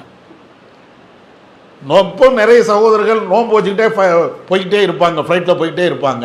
அவங்கள்ட்ட சொல்லியாச்சுன்னா அந்த மகரிப் நேரத்தில் சூரியன் மறையக்கூடிய நேரத்தை எங்களுக்கு சொல்லுங்கன்னா தாராளமாக சொல்லிடுவாங்க. நமக்கு சர்வீஸ் அவங்க அழகாக பண்ணிடுவாங்க. அதனால் சிங்கிளாக போனால் என்ன செய்கிறதுன்னு தெரியல. எல்லாரும் மொத்தமாக போகும்போது அவரும் ஏறாம் கட்டுவார், நானும் ஏறாம் கட்டுவேன், சாதாரணமாக போயிடலாம். சிங்கிளாக போகும்போது கவலையே படாதீங்க. வாயை திறந்து அவங்க ஏர் ஹோல்டர்ஸ்னு சொல்லியாச்சுன்னா நீங்கள் ஒட்டுமொத்த ஃப்ளைட்டில் ஒரே ஒரு ஆள் தான் உம்ராவுக்கு போகிறீங்கன்னு வைங்களேன், நீங்கள் அவங்கள்ட்ட சொல்லிட்டீங்கன்னா குறிப்பிட்ட அந்த எல்லை வரும்போது தாராளமாக உங்களுக்கு சொல்லிடுவாங்க. நம்ம அங்கே நியத்து வச்சுக்கிட வேண்டியதான். சரியா? அப்போ உம்ராவுக்கு முதல்ல எஹ்ராம் கட்டணும். எஹ்ராம் கட்டுதல் என்றால் நியத்து வைக்கிறது தான். நியத்து என்பது லப்பைக்க உம்ரத்தன் என்று சொல்வது, அதுவும் குறிப்பிட்ட அந்த எல்லையில் சொல்லணும். சரியா? குறிப்பிட்ட அந்த எல்லையில் சொல்வதற்கு பேர் தான் அந்த எஹ்ராமுக்குள்ளே நம்ம போகிறோம். நபியுடைய காலத்தில் எல்லாமே தரைவழி மார்க்கத்தில் தான் போவாங்க. அதனால அந்தந்த இடத்துல போய் அங்கேயே எல்லாமே பண்ணிக்கிடுவாங்க. ஆனால் இப்போவும் உங்களுக்கு ஒரு வாய்ப்பு இருக்கிறது. என்ன வாய்ப்பு இருக்குதுன்னா, நீங்கள் ஒரு மாதத்துக்கு முன்னால் போயிட்டீங்கன்னு வைங்களேன், நான் ஏற்கனவே சொன்ன மாதிரி ஃபஸ்ட்டு உம்ரா செய்வீங்க, எல்லாம் முடித்ததுக்கு பின்னாடி மதினாவை கூட்டு போவாங்க, மீண்டும் ஹஜ்ஜுக்காக வேண்டி மக்காவுக்கு வரணும். வரும்போது துல்ஹுலைஃபாவில் ஏறாம் கட்டுங்க அப்படிம்பாங்க. அப்போ நாங்கள்லாம் போகும்போது முன்கூட்டியே கூட்டு போயிட்டாங்க. அப்போ அங்கே இருந்து மதினாவில் இருந்து வரும்போது துல்ஹுலைஃபாவில் தரவழியில் தான் வரோம், பஸ்ஸில் தான் வரோம். அப்படி பஸ்ஸில் வரும்போது துல்ஹுலைஃபாவிலேயே ஹஜ்ஜுக்காக வேண்டி ஏறாம் கட்ட வேண்டியிருக்கும். அல்லாஹ்வுடைய கிருபையினால் சவுதிக்கு போனால் உங்களுக்கு தெரியும், மக்காவுக்கு போனால் தெரியும், எங்கெல்லாம் மீகாத்து இருக்கிறதோ, மீகாத்துனா ஏறாம் கட்டக்கூடிய அந்த எல்லை இருக்கிறதோ அங்கே எல்லாம் பிரம்மாண்டமான பள்ளிவாசல் கட்டி வச்சுருக்கிறாங்க. பள்ளிவாசல் மாத்திரம் இல்லை, ஏறாம் கட்டக்கூடிய அந்த சகோதரர்களுக்காக வேண்டி குளிக்கிறது அல்லது அவங்க இபாதத்தை செய்வது, வேறு என்னென்ன வசதி உண்டோ எல்லாமே இருக்கும். மக்காவுக்கு நீங்கள் ஹஜ்ஜு உம்ராவுக்கு எங்கே போனாலும் சரி டாய்லெட்டுக்கு பஞ்சமே இருக்காது, தண்ணிக்கும் பஞ்சம் இருக்காது. இறைவனுடைய அருளால் எங்கே போனாலும், மினாவுக்கு போனாலும் அரஃபாவுக்கு போனாலும் எல்லா இடத்துலையும் பரக்கத்தா டாய்லெட்டுகள் இருக்கும். ஆண்களுக்கு தனியாக பெண்களுக்கு தனியாக எல்லா இடத்துலையும் டாய்லெட் வசதிகள், குளிக்க வசதிகள் பரக்கத்தாக இருக்கும். கவலையே பட தேவையில்லை. அதே மாதிரி இப்போ நீங்கள் மதினாவில் இருந்து ஹஜ்ஜுக்காக வேண்டி நீங்கள் வாரீங்க, தரைவழியில் வாரீங்கன்னா துல்ஹுலைஃபாவில் உங்களுக்கு ஏறாம் கட்டக்கூடிய ஒரு நிலையை உங்களுக்கு தருவாங்க. அப்படி இருந்தால் அந்த பள்ளிவாசலுக்கு வந்து அழகாக நம்ம நீட்டாக குளிச்சுட்டு அங்கே இருந்து ஹஜ்ஜுக்காக வேண்டி ஏறாம் கட்டிட்டு நம்ம வரலாம். சரியா? இது ஒரு வாய்ப்பு இருக்குது. எல்லாத்துக்கும் கிடைக்குமான்னு தெரியலை. நிறைய பேருக்கு ஃப்ளைட்டில் போகும்போது தான் கிடைக்கும், சில பேருக்கு இப்படியும் ஒரு வாய்ப்பு இருக்குது. எப்படி இருந்தாலும் நம்ம அதை பயன்படுத்திக்கலாம். நீங்கள் வந்து ரொம்ப கஷ்டப்பட தேவையில்லை. சரி, இப்போ இஹ்ராமுடைய முதல் விஷயம் என்னென்னா நீயத்து வைக்குதல். லப்பைக்க உம்ரத்தன் அப்படின்னு நீயத்து வைக்குதல். இந்த நீயத்து வச்சதற்கு பின்னாடி இஹ்ராமில் சில விஷயங்களை செய்யக்கூடாது. நான் ஏற்கனவே சொன்னேன்னா இல்லையா, தடை செய்தல் அப்படின்னா இதுவரை என்ன நம்ம செஞ்சுட்டே இருக்கிறோமோ அதை இனிமேல் செய்யக்கூடாது அப்படின்னு அர்த்தம். எதையெல்லாம் செய்யக்கூடாது? எஹ்ராம் கட்டக்கூடிய, அதாவது நியத்து வச்ச ஒரு ஆள் எதையெல்லாம் செய்யக்கூடாது அப்படின்னு நீங்கள் பார்த்தீங்கன்னா, ஆண்கள் செய்யக்கூடாது ஒன்று, அது எது? தலையை மறைக்கக்கூடாது, தொப்பிலாம் போடக்கூடாது. எப்போ நம்ம எஹ்ராமுக்குள்ளே நியத்து வைத்து விட்டோமோ, லப்பைக்க உம்ரத்தன் அப்படின்னு நம்ம சொல்லிவிட்டோமோ அந்த எல்லையில், அப்படி சொன்னதற்கு பின்னாடி நம்ம எது செய்யக்கூடாது? ஆண்களாக இருந்தால் தலையை, தலப்பாகையோ தொப்பியையோ எதுவுமே போடக்கூடாது. கொடையெல்லாம் பிடிச்சிக்கலாம், அது தப்பு ஒன்றும் கிடையாது. இப்போ நவீன காலத்தில் நிறைய கொடைகள்லாம் இருக்குது, கொடையை பிடித்து கொள்ளலாம். தலையில் போடக்கூடிய அணிகலன் தான் தொப்பி. உடலில் போடக்கூடிய அணிகலன் சட்டை, கைலி, பேண்ட்டுன்னு சொல்கிறோமா இல்லையா, அதே மாதிரி தலையில் போடக்கூடிய ஒரு அணி, இதை ரசூலா வந்து அதை அனுமதிக்கலை ஆண்களுக்கு. பெண்கள் சாதாரணமாக முக்காடு போட்டுக்கலாம், அவங்களுக்குள்ளான சட்டம் தனி. ஆண்கள் வந்து தலையை மறைக்கக்கூடாது. ரெண்டாவது வந்து தையல் போட்ட ஆடைகள் அணியக்கூடாது. ஆண்கள் தலையும் மறைக்கக்கூடாது, தையல் போட்ட ஆடைகள். அதனால தான் சட்டை போடுறது இல்லை. ஏன்னா சட்டை கண்டிப்பாக தையல் இருக்கும், டிஷர்ட்டாக இருந்தாலும் தையல் இருக்கும், பேண்டும் அதே மாதிரி தான் தையல் போடப்பட்ட ஆடைகள் அணியக்கூடாது. அதனால தான் எஹ்ராம் ட்ரெஸ்ஸுன்னு வச்சுருக்கிறாங்களா இல்லையா? அந்த எஹ்ராம் ட்ரெஸ்ஸு எப்படி இருக்கும்? ஆண்களுக்கு கீழே ஒரு முண்டு மாதிரி கட்டுவது, கீழே வேட்டி கைலி, அது வந்து மூட்டி இருக்காது, தையல்னால் இருக்காது, சும்மா சாதாரணமாக இப்படி கீழே இடுப்பில் கட்டிக்கிடுவோம். இன்னொன்று வந்து மேனியை மறைக்கிறதுக்காண்டி தோளில் துண்டை போடுறது மாதிரி இப்படி போட்டுக்கிடுவோம். இதுதான் எஹ்ராம் ட்ரெஸ்ஸு. இங்கே இருக்கிறதுல காட்டுதான், நான் போடும்போது நான் ஒரு காட்டித்தானேன், இதை மாதிரி போட்டுக்கிறது தான். ஏன் இதை போடுறோம் அப்படின்னு கேட்டால், தையல் போட்ட ஆடைகளை ரசூலுல்லாஹ் அணியக்கூடாது அப்படின்னு சொன்னதுனால இந்த ட்ரெஸ்ஸை, இந்த ஆடையை நம்ம போட்டுக் கொடுக்குறோம். சில பேர் என்ன செய்கிறாங்கன்னா, இங்கே இருந்து போகும்போதே இந்த ஆடையை போட்டுக்கிடுவாங்க, இந்த எஹ்ராம் ட்ரெஸ்ஸை இங்கே இருந்தே அணிஞ்சுக்கிடுவாங்க. அப்போ இங்கே இருந்து வீட்டில் இருந்தே அணிஞ்சுக்கிட்டு போகிறாங்க அப்படின்னு சொன்னால் போகலாம், தப்பு ஒன்றும் கிடையாது. ஆனால் நம்ம எஹ்ராமுக்கு உள்ளே போயிட்டோன்னு அர்த்தம் இல்லை. இந்த ட்ரெஸ்ஸை போட்ட உடனேயே, எஹ்ராம் ட்ரெஸ்ஸை நான் போட்ட உடனேயே நான் எஹ்ராமுக்கு உள்ளே போயிட்டேன் அப்படின்னு அர்த்தம்லாம் கிடையாது. எஹ்ராமுக்கு நம்ம எப்போ உள்ளே போக முடியும்னா, குறிப்பிட்ட எல்லையில் போய் லப்பைக்க உம்ரத்தன் என்ற நியத்து வைக்கிறோமா இல்லையா, அப்போ தான் உள்ளேயே போகிறோம். அதுக்கு முன்னால் நீங்கள் இந்த ட்ரெஸ்ஸை போட்டாலும் சரி, போடாமல் இருந்தாலும் சரி, அது பிரச்சனை இல்லை. ஆனால் எஹ்ராமுடைய நிலையில் நீங்கள் போகலை, எஹ்ராமை நீங்கள் அணியலை அப்படின்னு தான் அதுக்கு அர்த்தம். இப்போ உதாரணமாக, இப்போ ஒரு ஆள் இந்த ட்ரெஸ்ஸை போட்டார், உடனே தொப்பி ஓடக்கூடாதுன்னு அர்த்தமா? அப்படிலாம் ஒன்றும் கிடையாது. இப்போ இந்த ட்ரெஸ்ஸை இப்போ நம்ம ஒரு ஆள் உடுத்துக்கிட்டோன்னு வைங்களேன், தொப்பி ஓடக்கூடாது, வேறு ஏதாவது திருமணம் பண்ணக்கூடாது, நிறைய சட்டங்கள் இருக்கா இல்லையா, எஹ்ராமில் செய்யக்கூடாத சட்டங்கள் இருக்கா இல்லையா, அது எல்லாம் வந்து தடை அப்படின்னு அர்த்தமானா அப்படி இல்லை. இது சாதாரண ஒரு ட்ரெஸ். ஏன்னா சில நேரங்களில் இப்போ நம்ம ஃப்ளைட்டில் போகிறோமா இல்லையா, ஃப்ளைட்டில் போகும்போது லப்பைக்க உம்ரத்தை நியத்து வைக்கிறதா இருந்தால் பேண்ட் போடக்கூடாது, தைக்கப்பட்ட ஆடை போடக்கூடாது. அப்போ என்ன செய்கிறது? அப்போ இங்கே இருந்து போகும்போதே இந்த ட்ரெஸ்ஸையெல்லாம் களைஞ்சிட்டு எஹ்ராம் ட்ரெஸ்ஸை போட்டு போவாங்க. அது நம்முடைய வசதிக்காக. ஃப்ளைட்டில் போய் நின்றுட்டு ட்ரெஸ் சேஞ்ச் பண்ண முடியாது அப்படிங்கிறதுக்காக என்ன செய்கிறதுனா, இங்கே இருந்தே இதை போட்டு போகிறாங்க. போடுறது தப்பு கிடையாது, நல்லா விளங்கிக்கணும். இங்கே இருந்து ஆண்கள் உம்ராக்காக ஹஜ்ஜுக்காக நீங்கள் போகிறீங்கன்னா வீட்டில் இருந்தே இந்த ட்ரெஸ்ஸை போட்டுட்டு போகிறது தப்புலாம் ஒன்றும் கிடையாது. ஆனால் நீயத்து வச்சா தான் நீங்கள் எஹ்ராமுக்குள்ளே போகிறீங்க, அது மட்டும் புரிஞ்சுக்கிட்டால் போதுமானது. அதனால இங்கே இருந்து வந்து ஃப்ளைட்டில் போயிட்டு ட்ரெஸ்ஸை சேஞ்ச் பண்ண முடியாது, அது வந்து சரி இருக்காது அப்படின்னு நினச்சிங்கன்னா, இங்கே இருந்தே நீங்கள் என்ன செஞ்சுக்கலாம்னா இந்த ட்ரெஸ்ஸை போட்டு போகலாம், அது ஒன்றும் தப்பு இல்லை. சரி, இப்போ இதை மாதிரி ஆண்கள் செய்யக்கூடாத 2 விஷயங்கள் என்னென்னா, தலையை மறைக்கக்கூடாது, ரெண்டாவது தையல் போட்ட ஆடைகள் அணியக்கூடாது. அப்போ இன்னொரு கேள்வி அதில் வரும், பெல்ட் போட்டுக்கலாமா? ஏன்னா நிறைய பேர் பேண்ட் போட்டிருப்பாங்க. பேண்ட் போட்டுக்கக்கூடிய ஆட்கள் திடீர்னு கைலி கட்ட சொன்னால் அது நிற்காது, இடுப்பில் நிற்காது. வீடாக இருந்தால் சும்மா அடிக்கடி கட்டிக்கிட்டே இருப்போம். நம்ம ஒரு உம்ராவுக்காண்டி போகும்போது ஒரே அவுந்துக்கிட்டே இருந்ததுன்னா, கண்டுக்கிட்டே இருந்தால் சங்கடமாக இருக்கும். அப்போ பெல்ட் போடலாம்னா பெல்ட் போட்டுக்கலாம், பிரச்சனை இல்லை. இப்போ நவீன கால பெல்ட்டெல்லாம், நிறைய வசதி உள்ள பெல்ட்டெல்லாம் இப்போ வச்சுருக்குறாங்க. நம்முடைய பாஸ்போர்ட்டை வைக்கிறதுக்கோ அல்லது நம்முடைய செல்ஃபோனை வைக்கிறது, நம்முடைய காசு பணத்தை வைக்கிறது எல்லாமே பெல்ட்டில் கொண்டுடுறாங்க. அப்போ இந்த இடுப்பில் கெட்டிக்கிட்டு பெல்ட் போட்டுக்கிட்டால் தப்பு இல்லை. அப்போ பெல்ட்டில் தையல் இருந்தாலும் தப்பு இல்லை. ரசூலுல்லாஹ் எதை தடுக்கிறாங்கன்னா, ட்ரெஸ்ஸை தான் தடுக்கிறாங்க. பெல்ட்டு என்பது ஒரு ஆளுடைய ட்ரெஸ்ஸு கிடையாது. பெல்ட்டு நம்ம அணிகிறோமா இல்லையா, அது ட்ரெஸ்ஸானா ட்ரெஸ்ஸு கிடையாது. பேண்ட்டு ட்ரெஸ்ஸு, ஷர்ட்டு ட்ரெஸ்ஸு, பனியன் போடுறது ட்ரெஸ்ஸு, அதெல்லாம் ட்ரெஸ்ஸு தான். பெல்ட்டுங்கிறது அது நம்முடைய பேண்ட்டு கலராமல் இருக்கிறதுக்காக இடுப்பில் ஒரு கயிறை கட்டுறது மாதிரி வேறு ஒரு மெட்டீரியல் அதை கட்டி வச்சுக்கிறோம். அதனால் அது ட்ரெஸ்ஸு கிடையாது. அதில் வந்து தையல் இருந்தால் பிரச்சனை இல்லை. ஆனால் இப்போ தையல் இல்லாமல் நிறைய பெல்ட்டுகள்னால் வருது. இதை மாதிரி நான் சொன்ன இந்த வசதிகளோடு பெல்ட்டுகள்னால் வருது. நீங்கள் பெல்ட்டு வாங்குறதா இருந்தாலும் இதை மாதிரி பெல்ட்டு வாங்குங்க. சும்மா சாதாரணமாக பேண்ட்டுக்கு மாட்டக்கூடிய பெல்ட்டு வாங்கினீங்கன்னா யூஸ் இருக்காது. உங்களுக்கு செல்ஃபோன் வைக்கணும்ல, ஹஜ் உம்ராவுக்கு போகும்போது பல்வேறு இடங்களுக்கு போகிறதுக்கு ஒன்று கையில் பேக் இருக்கணும். ஆனால் இதில் எல்லாமே இருந்துக்கிட்டுனா இடுப்புலையே நின்றுக்கணும். அப்போ அதை மாதிரி உள்ள ஒரு பெல்ட்டு இப்போ சாதாரணமாக இருக்குது, அதை வாங்கிக்கிடுங்க. அப்போ அதனால் நீங்கள் இடுப்பில் பெல்ட்டு போடுவது அது மார்க் அடிப்படையில் தப்பு கிடையாது. அப்போ ஆண்களுக்கு 2 விஷயம், தலையை மறைக்கக்கூடாது, அதே மாதிரி வந்து தையல் போட்ட ஆடைகள் கூடாது. பெண்களை பொறுத்த மட்டில் அவங்களுக்கு வந்து முகத்தை மறைக்கக்கூடாது, கை உறை போடக்கூடாது. இந்த சாக்ஸ்லாம் போடுவாங்கள்ல கைக்கு காலுக்கு, அதை மாதிரி கை உறைகள் போடக்கூடாது. சாக்ஸு போட்டுக்கலாம், அது வேறு காரணத்திற்காக அப்படி அதை நான் ரெண்டாவது சொல்கிறேன்.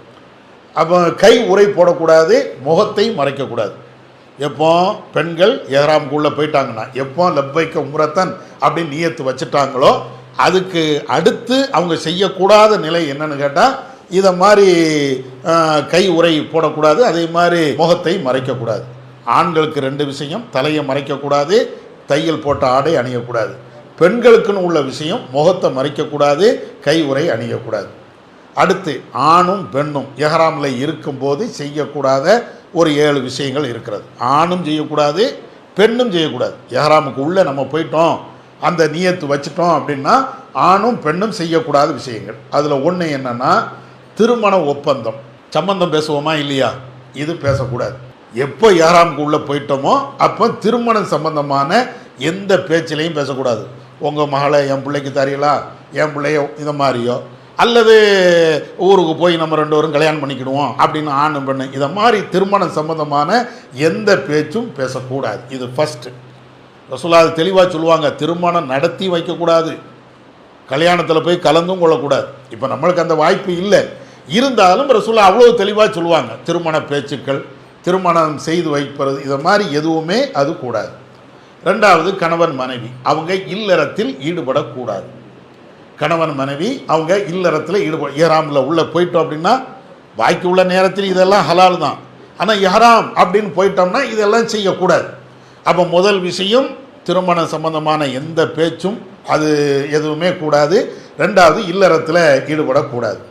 மூணாவது வீண் விவாதங்களில் தேவையில்லாத சண்டை சச்சரவுகளில் ஈடுபடக்கூடாது. நபி அவர்கள் போட்ட இந்த கண்டிஷன் இன்றைக்கும் எவ்வளோ பெரிய நன்மையை தருதுங்கிறது போயிட்டு வந்த ஆட்களுக்கு ரொம்ப அனுபவமாக இருக்கும். மக்காவுக்கு காபாவுக்கு நீங்கள் போயிட்டீங்கன்னு வைங்கண்ணே, தவாஃப் பண்ணும்போது நிறைய பேர் முண்டி அடிச்சுக்கிட்டு தான் இப்படி வருவான், ஆனால் ஒரு சண்டை நடக்காது. நம்ம இப்படி போய்கிட்டே இருப்போம், தவா பண்ணிகிட்டே இருப்போம். ஒரு ஆள் வந்து இப்படி ஓரிங்க இப்படி இடிப்பார், வேணும்னு இடிக்க மாட்டார், அவர் வேகமாக போகிறாராம். சில பேர் நீங்கள் பார்த்தீங்கன்னா பயங்கரமாக ஹைட்டும் வெயிட்டும் பயங்கரமாக இருப்பாங்க, பெரிய பெரிய தூணு மாதிரிலாம் வருவாங்க. இந்த ஆப்பிரிக்காக்காரங்க துருக்கிக்காரங்கலாம் ரொம்ப பயங்கரமாக இருப்பாங்க. அப்போ அவங்களாம் வந்து இடிச்சிட்டாங்கன்னா ஏன் இடிச்ச, இங்கே நம்ம ரோட்டில் சண்டை ஓடலாம், கண்ணு தெரியலையா மூக்கு தெரியலையான்னு இங்கே பேசலாம், அங்கே யாரும் பேச முடியாது. எந்த சண்டை எந்த சச்சரவும் இருக்கும், ஏன்னா எஹ்ராமில் இருக்கிறோம். அப்போ எஹ்ராமில் இருக்கும்போது சண்டை சச்சரவுகள் தேவையில்லாத விவாதங்கள் இது எதுலேயுமே நம்ம வந்து ஈடுபடக்கூடாது. அதே மாதிரி உயிர் பிராணிகளை நாம் வந்து கொல்லக்கூடாது, எந்த உயிரையும் கொல்லக்கூடாது. அதுக்காண்டி உணவுக்காண்டி கொண்டு கொள்ளலாம்.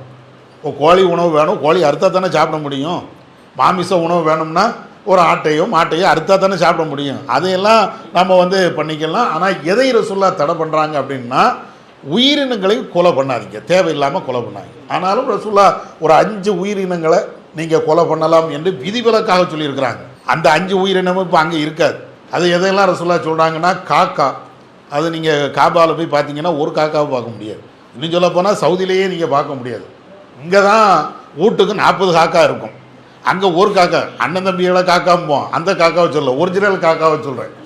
ஒரிஜினல் காக்காவை வந்து அங்கெல்லாம் இருக்காது. அதே மாதிரி ரசூலுல்லாஹ் பருந்து, அதையும் கொலை பண்ணிடலான்ட்டாங்க. நீங்கள் எஹ்ராமில் இருந்தால் பருந்தை கொலை பண்ணலாம், காகத்தை கொலை பண்ணலாம், வெறி நாயை கொலை பண்ணலாம், தேளு இதை மாதிரி விஷயங்களை ரசூலுல்லாஹ் கொலை பண்ணலான்ட்டாங்க. இருந்தாலும் நம்மளுக்கு அந்த வாய்ப்பு கிடையாது. மற்ற உயிரினங்களை நீங்கள் கொலை பண்ணக்கூடாது அப்படின்ட்டாங்க. உணவுக்காக வேண்டி ஒரு உயிரினத்தை நாம் அறுக்கிறோம் என்றால் அது தப்பு கிடையாது. இது ஒரு விஷயம். அடுத்து வந்து வேட்டையாடக்கூடாது. இன்றைக்கி அந்த வாய்ப்பு கிடையாது. நபியுடைய காலகட்டத்தில் எல்லாம் வேட்டையாடித்தான் சாப்பிடக்கூடிய பழக்கங்கள் நபி தோழர்கள்ட்ட இருந்தது. அதனால ரசூலுல்லாஹ் என்ன செய்யிட்டாங்கன்னா, ஏறாம் கட்டிட்டீங்கன்னா நீங்கள் வேட்டையாடக்கூடாது அப்படின்ட்டாங்க. இப்போ அது வாய்ப்பு இல்லை. அடுத்து 6வது விஷயம், முடிகளை நகங்களை வெட்டக்கூடாது. முடிகளை நகங்களை வெட்டக்கூடாது, முடியும் வெட்டக்கூடாது, நகத்தையும் வெட்டக்கூடாது. 7வது வந்து நறுமணம் பூசக்கூடாது. இந்த முடியை வெட்டக்கூடாதுங்கிறதுல ஒரு விஷயத்தை நான் தெளிவுபடுத்த வேண்டியிருக்குது. ஏன்னா அதுலேயே நிறைய மூட பழக்க வழக்கம் இருக்குது. என்ன அப்படின்னீங்கன்னா, இந்த 7 விஷயத்தை நீங்கள் கொஞ்சம் தெரிஞ்சுக்கிடுங்க. உங்களுக்கு அந்த கையேடில் இருக்குது, அதை மீண்டும் ஒருக்க படிச்சுக்கிடுங்க. ஏன்னா இந்த 7 விஷயத்தையும் ஆண்களுக்கு தனியாக பெண்களுக்கு தனியாக சில தடை இருக்கிறது, அதையும் சொல்லியிருக்கிறேன். இது எல்லாத்திலையும் மனசில் வச்சுக்கிடுங்க. ஏன்னா இது வந்து இஹ்ராமில் கண்டிப்பாக கடைபிடிக்க வேண்டிய ஒழுங்குமுறைகள். நம்ம என்னைக்கு இஹ்ராமுக்குள்ளே போயிட்டோமோ இந்த 7 ப்ளஸ் ஆணுக்கு பெண்ணுக்கு தனித்தனியான தடைகள் இவைகள் கண்டிப்பாக கடைபிடிக்கணும். இதை மனசில் வச்சுக்கிடுங்க. இப்போ இந்த முடி நகத்தை களையக்கூடாது அப்படின்னு ஒரு சட்டம் இருக்கா இல்லையா? இதை சில பேர் தவறாக புரிஞ்சிருக்கிறாங்க. முடி நகத்தை களையக்கூடாதுன்னா என்ன அர்த்தம்? ஒரு கத்திரியை எடுத்து பிளேடை எடுத்து நம்முடைய முடியை வெட்டக்கூடாது, அதுதான் அதுக்கு நேரடியான அர்த்தம். அல்லது நைல் கட்டரை எடுத்து நம்முடைய நகத்தை வெட்டக்கூடாது, இதுதான் அதுக்கு அர்த்தம். ஆனால் என்ன விளங்கிட்டாங்க அப்படின்னா, தலையில் இருந்து முடியை உதிரவே கூடாது அப்படின்னு விளங்கி வச்சுருக்கிறாங்க. அதுக்காக வேண்டி இந்த ஹஜ்ஜு உம்ராவுக்குலாம் போகிறாங்களா இல்லையா, அவங்களுக்கு என்ன செஞ்சுருவாங்கன்னா, அந்த ப்ரைவேட் ஹஜ்ஜில் போகும்போது பெண்களுக்குன்னு ஒரு தலையில் ஒரு தொப்பியை கொடுத்துருவாங்க. ஏமா நீ ஏறாம் கெட்டினதில் இருந்து ஏறாமில் இருந்து வெளியே வரந்தனி இந்த தொப்பியை கழட்டிடாத. ஏமா கழட்டக்கூடாது? முடி உதிர்ந்துரும்ல. பொதுவாக ஆணுக்கும் முடி உதிரும், பெண்களுக்கும் முடி உதிரும். கூடுதலாக பெண்களுக்கும் முடி உதிரத்தான் செய்யும். அப்போ முடி உதிர்ந்துருச்சுன்னா நீ ஏறாமில் இருக்கிற முடிய ரசூலா களையக்கூடாதுட்டாங்க. அப்படின்னா என்ன செய்கிறது? முடி உதிர்ந்துருச்சுன்னு வைங்களேன், ஒரு தம்மு கொடுக்கணும் அப்படிம்பாங்க. அது என்னடா தம்மு, புரியாத பாஷையாக இருக்குத அப்படின்னு நாம் நினைப்போம். தம்முனா என்னன்னு கேட்டாச்சுன்னா, இஹ்ராமில் ஒரு ஆள் தடை செய்த ஒரு விஷயத்தை செய்து விட்டார் என்றால் ரசூலா சொல்லியிருக்கிறாங்க. அது வேறு விஷயத்தை சொன்னாங்க. என்ன சொன்னாங்கன்னா, ஒரு ஆட்டை அறுத்து பலி கொடுத்துடணும், அதுதான் தம்மு அப்படிம்பாங்க. இப்போ இதை பயங்காட்டிக்கிட்டு முடி உதிர்ந்துருச்சா ஒரு ஆடை கொடுக்கணும், அதனால் தொப்பியை தலையில் இருந்து கழட்டிடாது பெண்களுக்கு சொல்லிடுவாங்க. ஆம்பளைகள் கூட இப்படி சட்டம் போட மாட்டாங்க. பெண்களுக்கு மட்டும் என்ன செஞ்சுருவாங்கன்னா, நீங்கள் போட்ட தொப்பியை கடைசி வரையும் கழட்டிடாதீங்க, எஹ்ராமில் இருந்து வெளியே வரும்போது நீங்கள் கழட்டிக்கிடுங்க, அதை அப்படியே போட்டுக்கிடுங்க அப்படிம்பாங்க. இதுக்கு பயந்துக்கிட்டு சில பெண்கள் என்ன செய்கிறாங்கன்னா, குளிக்கவே மாட்டாங்க. ஏன்னா குளிச்சாச்சுன்னா எப்படியும் தலையிலேருந்து ஒரு முடி 2 முடி உதிரத்தானே செய்யும். நீங்கள் குளித்தாலும் குளிக்காமல் இருந்தாலும் உதிரும், அது வேறு மேட்ரு. ஆனாலும் இப்படி உதிரத்தானே செய்யும். அப்போ அது ஊதுந்தாச்சுன்னா என்ன செய்கிறது? ஒரு ஆட்டை அறுத்து கொடுக்கணுமா? நம்ம எங்கே போய் ஆட்டை பிடிச்சி எங்கே போய் அறுத்து எங்கே கொண்டு கொடுக்கா? எதுக்குப்பா தேவையில்லாத வேலை? தொப்பியை மாட்டிக்க. முடியே உதிர்ந்து இருந்தாலும் அப்படியே தலையோடி அப்படியே அப்பி இருந்துக்கட்டும், வெளியே விட்டுறக்கூடாது இப்படின்னு வச்சுருக்கிறாங்க. ஆனால் ரசூலா நம்மளுக்கு எளிமையான மார்க்கத்தை தான் சொன்னாங்க. அத்தீன் யுஸ்ரும். ரசூலா அடிக்கடி சொல்லுவாங்க, மார்க்கம் என்பது எளிமை. நீங்களாக உங்களை கஷ்டப்படுத்தி கொண்டீர்கள் என்றால் அது கஷ்டம். ரசூலா அதை இபாதத்தை செய்யுங்கன்னு ரசூலா சொன்ன அந்த ரசூலா தான் எளிமையாக செய்யுங்க, நீங்கள் உங்களை வருத்திக்கிடாதீங்கம்பாங்க. அப்போ அந்த அடிப்படையில் ரசூலா சொன்னது என்ன? முடியை கட் பண்ணாதீங்கன்னு தான் ரசூலா சொன்னாங்க. முடியை உதிருவதை தடுக்கலாம் முடியாது. நீங்கள் தடுக்க முடியுமா? இப்போ உட்கார்ந்துட்டு இருக்கிறீங்க, எத்தனைவருடைய முடி கவலும் கண்ணுக்கு தெரியாது, அவ்வளோதான். ஆனால் உங்களுக்கும் உடும் எனக்கும் உழத்தான் செய்யும், யாருக்கும். இதை நம்முடைய கண்ட்ரோலில் உள்ளதா? அவங்கவுங்க முடி கீழே உதிருவது என்பது அவங்களுடைய கண்ட்ரோல் கிடையாது. ஆனால் முடியை வெட்டுவது அப்படி இல்லை. தாடி முடியை வெட்டுதோம், தலை முடியை வெட்டுதோம் அப்படின்னா வேணும்னு செய்கிறோம்.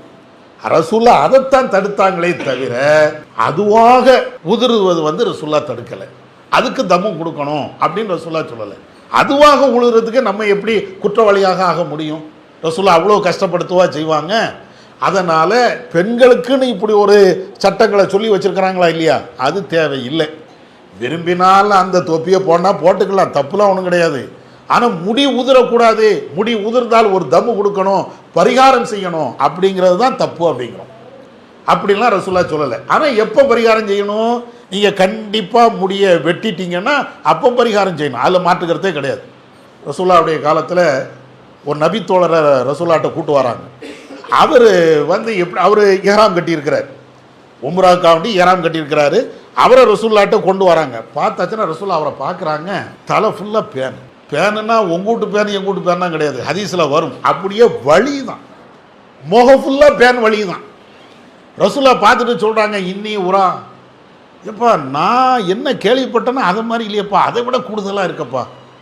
ரசூல்லாவை பார்த்துட்டு அவரை பார்த்துட்டு அப்படியே ஆச்சரியப்படுறாங்க, இவ்வளவு பேனா, ஆச்சரியமாக இருக்குதே. நம்ம 4 பேன் இருந்தாலேயே தலையெல்லாம் புழுத்து கிடக்கும்போம், அது மிகையாக சொல்கிறது. ஆனால் உண்மையிலேயே அந்த நபித்தோழருடைய தலையில் அவ்வளவு பேனு அப்படியே வலியுது. ரசூலா பார்த்துட்டு பா முதல்ல முடியை வெட்டப்பா அப்படிங்கிறாங்க. ஏன்னா அந்த பேனை ஒழிக்கிறதா இருந்தால் மொட்டையை அடித்தா தானே முடியும். ஆனால் அவர் ஏறாம் கட்டியிருக்கிறார்.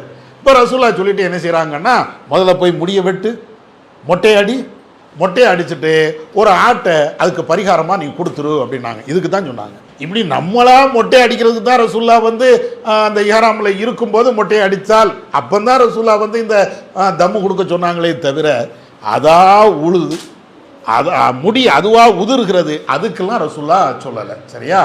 அதனால் எஹ்ராமுனுடைய சட்டம் இது. எஹ்ராமில் ஒரு 7 விஷயங்கள் ஆணும் பெண்ணும் பேணணும். அதே போன்று வந்து ஆண்களுக்கு 2 விஷயம், பெண்களுக்கு 2 விஷயம், மொத்தம் இந்த எஹ்ராமில் இருக்கக்கூடிய இது அத்தனையும் நம்ம பேணணும். சரியா? இந்த எஹ்ராம் அணியும் போது எஹ்ராம் நியத்து போயிட்டோம் அப்படின்னு சொன்னால் நறுமணம் பூசக்கூடாது. அப்போ நறுமணம் பூசக்கூடாதுன்னா அத்தர், ஸ்ப்ரே இது மட்டும் அடிக்கக்கூடாதா? நம்ம பயன்படுத்துகிற பல்வேறு பொருட்களில் நறுமணம் இருக்கும். உதாரணமாக சோப்பு போடுறோம், அதில் நறுமணம் இருக்கிறது. பேஸ்ட் இருக்குது, அதில் நறுமணம் இருக்கிறது.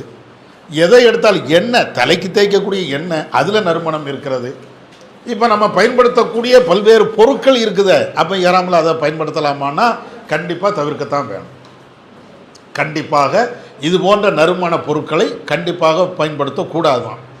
பவுட்ரு போடுறோம், அது நறுமணம் தானே, எல்லாமே நறுமணம் தானே. அப்போ அதுக்கு என்ன செய்கிறது அப்படின்னீங்கன்னா, இப்போமே எஹ்ராம் கட்டியவர்கள் பயன்படுத்தக்கூடிய சோப்புன்னு தனியாகவே இருக்குது. அந்த சோப்பு சாதாரணமாக நம்ம லக்ஸு அல்லது மற்ற சோப்புகள்லாம் இருக்குது, அது மாதிரி இருக்காது, வாடையே இருக்காது. செங்காங்கட்டி மாதிரி இருக்கும், அதாவது மண் மாதிரி தான் இருக்கும், வாடை இருக்காது. நுரை நிறைய வரும், அழுக்கெல்லாம் போகும். இந்த வாடை நறுமணத்தை வந்து நம்ம வசதிக்காக வேண்டி சேர்த்துக்கிட்டோம். யதார்த்தமாக சோப்புக்கு வந்து வாடையே கிடையாது. சோப்புக்கு யதார்த்தம் என்னென்னா அதுக்கு வாடையே கிடையாது. நம்ம வந்து நறுமணத்தோடு அப்படி சோப் போட்டு வந்தாச்சுன்னா ஃப்ரெஷ்ஷாக இருக்கணும், உடலில் இருந்து அந்த நறுமணம் வீசணுங்கிறதுக்காக நம்ம விரும்பினதுனால எல்லா சோப்புலையும் விதவிதமாக நறுமணத்தை ஆட் பண்ணலாம். ஆனால் உண்மையிலே சோப்பில் நீங்கள் பார்த்தீங்கன்னா நறுமணமே இருக்காது. அந்த மாதிரி சோப்புகள் இன்றைக்கி வச்சுருக்கிறாங்க. அதே மாதிரி பேஸ்ட்டுகள் இருக்கிறது, நறுமணமே இல்லாத பேஸ்ட்டுகள் இருக்கிறது, இங்கேயும் விற்கிது.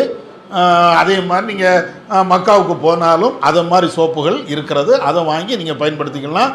எண்ணெயும் அதே மாதிரி தான், எண்ணெயும் நறுமணமே இல்லாத ஆயில்கள் இருக்கிறது, அதை பயன்படுத்திக்கலாம். அதனால் நறுமணத்தை ரசூல்லா தவிர்க்க சொன்னதுனால எந்த விதத்திலையும் நறுமணத்தை நாம் பயன்படுத்தக்கூடாது. நீயத்து வைக்கிறதுக்கு முன்னால் சாதாரணமாக அத்தர் பேசிக்கலாம், அதெல்லாம் பிற நீயத்து வச்சா தான் அதுக்கு பின்னாடி தான் ரசூல்லா வந்து ரசூல்லாவே வந்து என்ன செய்கிறாங்கன்னா, ஆயிஷா நாயகி அறிவிப்பாங்க, நபிகள் நாயகம் ஸல்லல்லாஹு அலைஹி வஸல்லம் அவர்கள் எஹ்ராமுக்காக வேண்டி தயாராக இருப்பாங்க, எஹ்ராம் ட்ரெஸ்ஸையெல்லாம் போட்டுருவாங்க. அப்போ அவங்களுக்கு நீயத்து வைக்கிறதுக்கு முன்னாடி நானே நறுமணத்தை பூசி விடுவேன், அதுக்கு பின்னால் நபி அவர்கள் எஹ்ராம் நீயத்து வைப்பாங்க அப்படின்னு. இப்போ எஹ்ராமுடைய நிலைகள், இப்போ எஹ்ராம் என்ற நிலைக்கு நம்ம போயிட்டோம் அப்படின்னு சொன்னால், லப்பைக்க உம்ரத்தன் அப்படின்னு நம்ம போயிட்டோம் அப்படின்னு சொன்னால் அதில் இருந்து தல்பியா சொல்ல ஆரம்பிக்கணும்.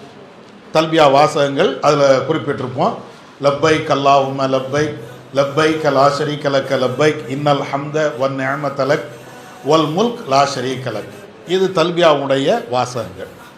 இதை சொல்லிக்கிட்டே இருக்கணும். எந்த அளவுக்குன்னா, நபிகள் நாயகம் ஸல்லல்லாஹு அலைஹி வஸல்லம் அவங்கள்ட்ட ஜிப்ரீல் அலைஹிஸ்ஸலாம் அவங்க வந்து சொல்கிறாங்க, தூதர் அவர்களே, உங்களுடைய தோழர்கள் எஹ்ராம் கட்டியிருக்கிறாங்க, அவங்க தல்பியாவை சத்தமிட்டு சொல்லுங்க அப்படிங்கிறாங்க.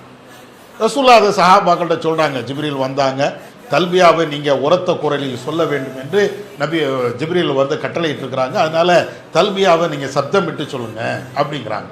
மற்ற திக்ருகள்லாம் செய்யும்போது வாய்க்குள்ளே தான் செய்யணும், சத்தம் போட தேவையில்லை. ஆனால் தல்பியாவை ரசூலுல்லாஹ் என்ன செய்கிறாங்கன்னா சப்தமிட்டு. அப்போ நம்ம எப்போ எஹ்ராம் கட்டிட்டோமோ, அந்த நீயத்து வைத்து விட்டோமோ, அதில் இருந்து தல்பியாவை சொல்லிக்கிட்டே இருக்கணும்.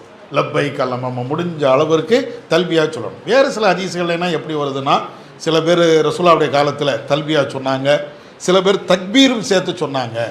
ரசூலுல்லாஹ் அதை வந்து குறையெல்லாம் சொல்லலை, அல்லாஹு அக்பர் அல்லாஹு அக்பருங்கிறாங்களா இல்லையா. இதையும் எங்களில் வந்து தல்பியா சொல்லக்கூடியவர் தல்பியா சொல்லிக்கொண்டே இருந்தார், எங்களில் தக்பீர் சொல்லக்கூடியவர்களும் தக்பீர் சொல்லிக்கொண்டே இருந்தாங்க. நபி அவர்கள் அதை குற்றம் பிடிக்கலை, குறை காணலை அப்படின்லாம் ஹதீஸ் இருக்குது. அதனால் இந்த தல்பியாவை அல்லது தக்பீரை நம்ம சொல்லிக்கிட்டே இருக்கணும். மனசுக்குள்ளே சொல்லாமல் சப்தமிட்டு சொல்லணும். அதுக்காக வேண்டி உரத்த குரலில் பயங்கரமான சத்தத்தில் சொல்லணும்னு அவசியம் இல்லை.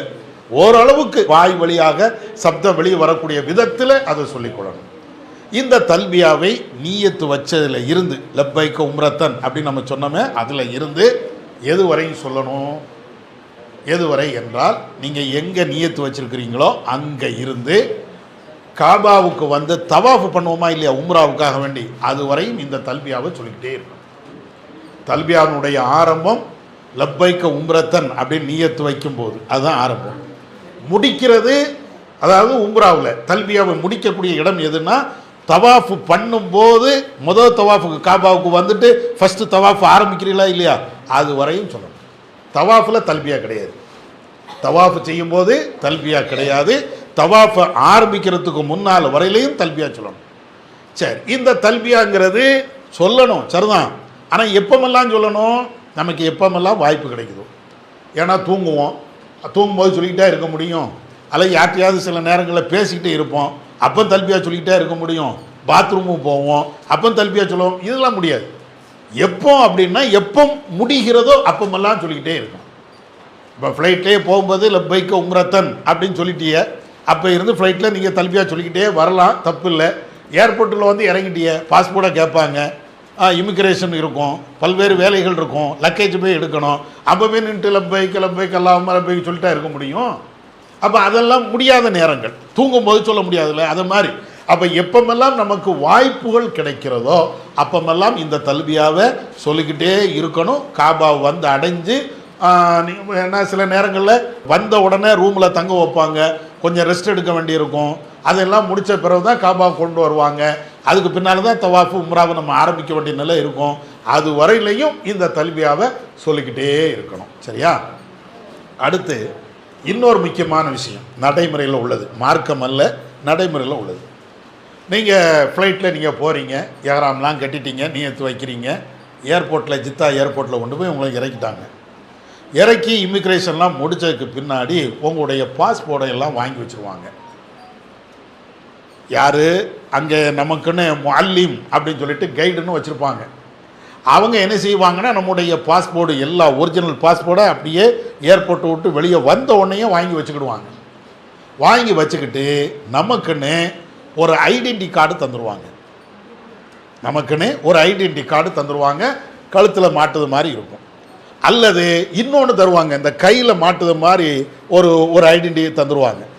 அது வந்து பிளாஸ்டிக்கில் தான் இருக்கும் அல்லது ரப்பரில் இருக்கும். தண்ணி பட்டாலும் என்ன பட்டாலும் அழியவே அழியாது.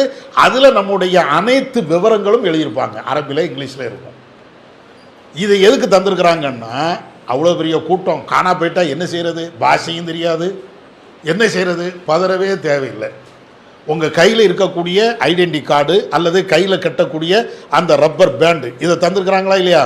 நீங்கள் எங்கேனாலும் போலீஸ்லாம் நிற்பாங்க. நம்ம ஊர் போலீஸ் மாதிரிலாம் கிடையாது. அங்கெல்லாம் போலீஸாக அவ்வளோ கண்ணியமாக நடப்பாங்க. நம்ம ஊரில் தான் ஏண்டாங்க நிற்கிற அப்படின்னு எடுத்த எடுப்புலையே திட்டுவாங்க. அங்கே அப்படி இல்லை, ரொம்ப கண்ணியமாக ஹாஜி தால் என்ன வேணும் அப்படி தான் ரொம்ப கண்ணியமாக கேட்பாங்க. ஒரு சமயம் நீங்கள் மிஸ் ஆகிட்டீங்க, காணா போயிட்டீங்களா, ஒரு போலீஸ்கிட்ட சொல்லி இந்த மாதிரி இப்படி காட்டினா போதும், அந்த வளையத்தை காட்டினா அல்லது ஐடென்டி காட்டினா போதும், உங்களை கூட்டு வந்து உங்கள் தங்கக்கூடிய இடம் எதுவோ அங்கே கொண்டு வந்து விட்ருவாங்க. அல்லது உங்கள் பொறுப்பாளி யாரோ அங்கே கொண்டு வந்து கரெக்டாக கொண்டு வந்து விட்ருவாங்க. அதில் விவரம் எல்லாமே இருக்கும். அதனால நம்ம யாராவது மிஸ் ஆகிட்டோம் காணா போயிட்டோம்னா பதட்டப்பட வேண்டாம். அல்லாஹ்வுடைய கிருபையினால் அங்கே அதுக்கு ரொம்ப சேஃப்டி. எவ்வளவு கூட்டம் வந்தாலும் எத்தனை பேர் மிஸ் ஆனாலும் கரெக்டாக கொண்டு வந்து சேர்த்துருவாங்க. அவங்க ஐடியை பார்த்து கரெக்டாக ஒப்படைச்சிருவாங்க. அதனால் அது கவலைப்பட தேவையில்லை. அதனால் உங்களுடைய பாஸ்போர்ட்டையும் அவங்க எடுத்து வச்சுக்கிடுவாங்க. கடைசியில் நீங்கள் ஊருக்கு வரும்போது திரும்ப உங்கள் பாஸ்போர்ட் உங்களுக்கு தந்து ஏர்போர்ட் வழியாக அனுப்பி விட்ருவாங்க. அதனால் பாஸ்போர்ட்டை பிடிங்கி வச்சுட்டாங்க, என்ன செய்ய, நான் எப்படி ஊருக்கு போவா, ஒன்றும் கவலைப்பட வேண்டாம், கரெக்டாக வந்துடும் இன்ஷா அல்லாஹ். சரியா? அடுத்து ரெண்டாவது, நீங்கள் ஏர்போர்ட்டில் இருந்து வந்து உங்களுக்கு எந்த ரூம் ஒதுக்கி இருக்கிறாங்களோ அந்த ரூமில் தங்க வைப்பாங்க. நீங்கள் போனோன்னா உம்ரா செய்யணும்னு நினச்சால் உம்ரா செய்யலாம். இல்லை பயண களைப்பு ரொம்ப டயர்டாக இருக்குது, கொஞ்சம் ரெஸ்ட் எடுக்கணும் அப்படின்னா நீங்கள் ரெஸ்ட் எடுத்துகிட்டு அதுக்கு பிறகு உம்ராவுக்கு வரலாம். சரியா? அது உங்களுடைய விருப்பம். சில பேர் என்ன செய்வாங்கன்னா வந்த உடனே காபாவுக்கு போகணும் அப்படின்னு நிற்பாங்க. சரி, அவங்களுடைய விருப்பம், தப்புலாம் ஒன்றும் கிடையாது. சில பேர் என்ன செய்வாங்கன்னா ரொம்ப டயர்டாக இருக்கணும், கொஞ்சம் லேட்டாக போவோமே அப்படிம்பாங்க. அது உங்களுடைய வசதியை பொறுத்து அதை நீங்கள் பார்த்துக்கிடுங்க. அடுத்து இப்போ உம்ராவுக்காக வேண்டி ரெண்டாவது விஷயம், முதல்ல இஹ்ராம் கட்டுதல், அதனுடைய நிலையை சொல்லிட்டேன். அடுத்து ரெண்டாவது என்னென்னா தவாஃப் வருது. இந்த தவாஃப் வந்து காபாவுக்கு உள்ளே வந்து தான் நம்ம செய்யணும். இப்படி காபாவுக்கு உள்ளே வந்த உடனேயே சில பேர் அதுக்குன்னு பிரத்யேகமான ஒரு துவாவை சொல்லணும் அப்படிம்பாங்க. காபாங்கிறது முதல்ல கட்டப்பட்ட ஒரு ஆலயம். அல்லாஹ் அப்படி தான் குர்ஆனில் சொல்கிறான், இன்ன அவ்வல பைத்தின் ஊதியா லின்னாஸ், மனிதர்களுக்காக வேண்டி முதல்ல கட்டப்பட்ட ஆலயம் இந்த காபா தான் அப்படிங்கிறான். அப்போ காபாங்கிறது ஒரு பள்ளிவாசல், இறை இல்லம். அந்த பள்ளிவாசலுக்கு உள்ள வரும்போது பிரத்யோகமான எந்த துவாவும் கிடையாது. ஆனால் நிறைய பேர் பக்கமாக சில துவாக்களை எழுதி தந்து நீங்கள் காபாவுக்கு உள்ளே போகும்போது இந்த துவா ஓதுங்க அந்த துவா ஓதுங்கம்பாங்க. அது மார்க்கத்தில் இல்லை. அப்போ எந்த துவா ஓதுறது? நம்ம சாதாரணமாக பள்ளிவாசலுக்கு போனால் என்ன துவா ஓதுவோம்? அல்லாஹ் மஃப்தஹலி அபுவாபு ரஹ்மத்திக்கு. இதுதான். காபாவுக்கும் அதுதான், மஸ்ஜித் நபவிக்கு மதினாவுக்கு போறீங்கல்ல அங்கேயும் அதுதான், நம்ம பள்ளிவாசலுக்கு போனாலும் இதுதான். அதனால பிரத்யோகமான துவா கிடையாது. அதே மாதிரி முதல்ல காபாவை பார்க்கும்போது இப்படியே கண்ணை பொத்திக்கிட்டே போய் திடீர்னு இப்படி தான் நிமிர்ந்து பார்க்கணும் அப்படிம்பாங்க. சரியா? காபாவுக்கு உள்ளே போகிறதுக்கு, காபாங்கிறது சதுரமான ஒரு கட்டடம், அந்த கட்டடத்தை சுற்றி பல்வேறு கட்டடங்கள் இருக்கும். நீங்கள் ஃபோட்டோவில் பார்த்துருப்பீங்க. அப்போ முதல்ல காபாவை போய் பார்க்குறதா இருந்தால் வாசலுக்கு உள்ள வெளி தூரத்தில் இருந்து அப்படியே உள்ளே போகுமா இல்லையா? அப்படி போகும்போது இப்படி தலையை கவுந்துக்கிட்டே போய் பக்கத்தில் போய் இப்படி நிமிர்ந்து பார்க்கணும் அப்படிம்பாங்க. சாத்தியமாக அது எத்தனை பேர் மேலே முட்டணும், மோதணும். ரெண்டாவது அது புதிய இடம். நம்ம வீட்டிலையே பழக்கப்பட்ட வீட்டிலையே கண்ணை மூடிக்கிட்டு நடக்க முடியாது. நம்ம வீட்டில் நடக்க முடியுமா? தடுமாறி கரண்ட் போயிடுச்சுன்னு வைங்களேன், சவுத்தை இப்படியும் பிடிச்சி எங்கே இருக்கன்னு போகிறோம். அது புதிய இடம். எங்கே வாசல் இருக்கும், எங்கே படி இருக்கும், எங்கே மேட்டு போட்டிருப்பாங்க, ஒன்றும் தெரியாது. இருந்தாலும் என்ன செய்கிறதுன்னா இப்படியே கண்ணம். இதெல்லாம் இஸ்லாத்தில் அப்படிலாம் இல்லை. காபாவை பார்ப்பது என்பது புனிதம்னு இஸ்லாம் சொல்லவே இல்லை. காபாவை பார்க்கிறது என்பது புனிதமா? காண கண்கோடி வேண்டும் காபாவை காண அப்படின்னு நாவனிவாதம் படித்தார். காபா என்பது இறை இல்லம்.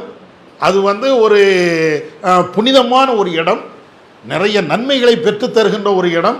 அதில் என்ன மாற்று கருத்துலாம் கிடையாது. ஆனால் அதை பார்த்தால் ஒரு இபாதத்து அப்படின்னா அப்படிலாம் இஸ்லாம் சொல்லலை. அதனால் இப்படியெல்லாம் சில பிதாத்துகளையும் செய்கிறாங்க. அது இல்லை அப்படிங்கிறத புரிஞ்சுக்கிடுங்க. அடுத்து இப்போ தவாஃபு செய்யணும். முதல்ல காபாவுக்குள்ளே வந்துடுறோம். பிஸ்மில்லாஹ் அல்லாஹ் மஃப்தஹலி அபுவாபு ரஹ்மத்திக்க அப்படின்னு காபாவுக்குள்ளே வந்ததுக்கு பின்னாடி இதுதான் காபான்னு வச்சுக்கிடுங்க. ஒரு மாடலுக்கு தான் இதை வச்சுருக்குறோம். காபாவினுடைய சைஸு 40க்கு 40 இருக்கும். இது 40, இது 40, இது 40, இது 40. ஹைட்டும் 40 அடி இருக்கும். காபாவுடைய சைஸு மொத்தத்தில் எல்லாமே 40க்கு 40 தான். இப்போ காபாவுக்கு உள்ளே நம்ம வந்தாச்சுன்னா இந்த 4 மூலைகள் இருக்கும். நீங்கள் ஃபோட்டோலையும் பார்த்துருப்பீங்க.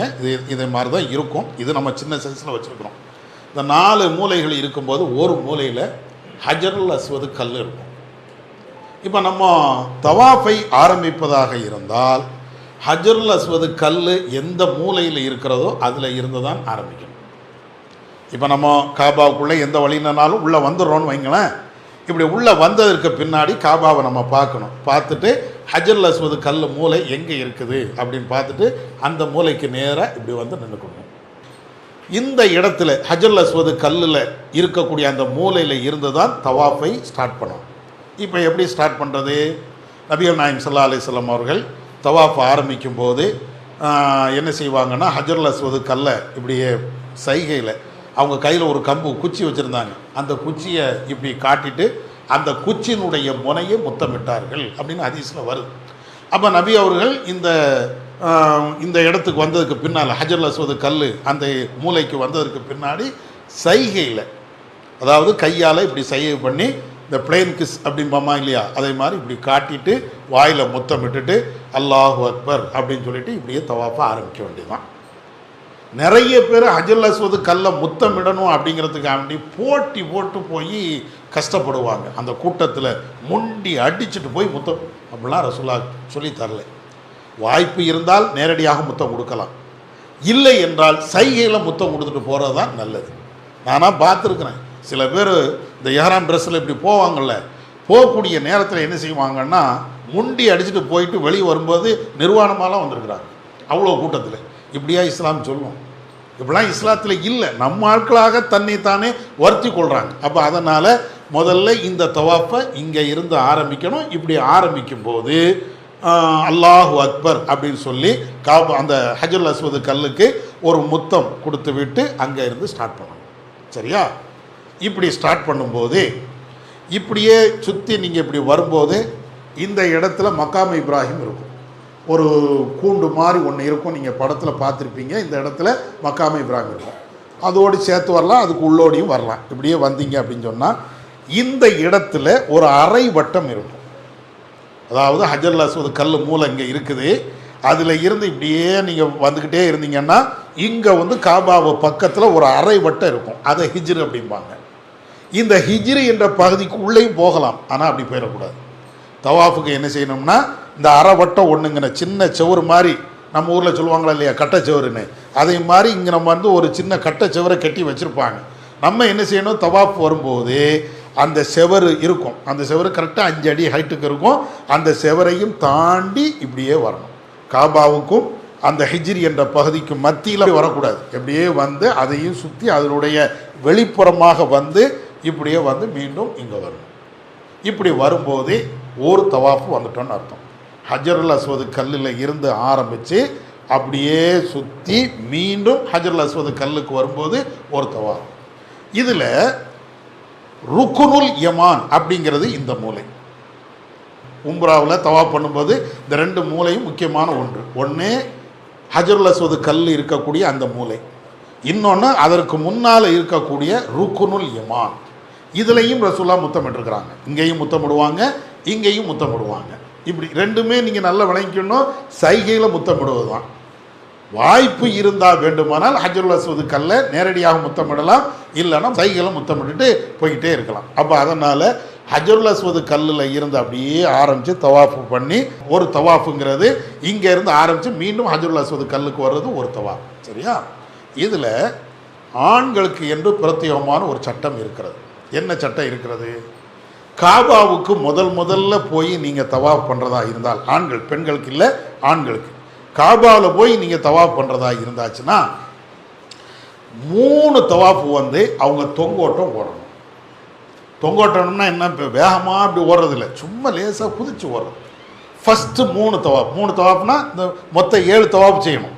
அதில் 3 தவாஃப் மட்டும் லேசாக குதிச்சு ஓடணும். அப்படி ஓடும்போது ஆடை போடக்கூடிய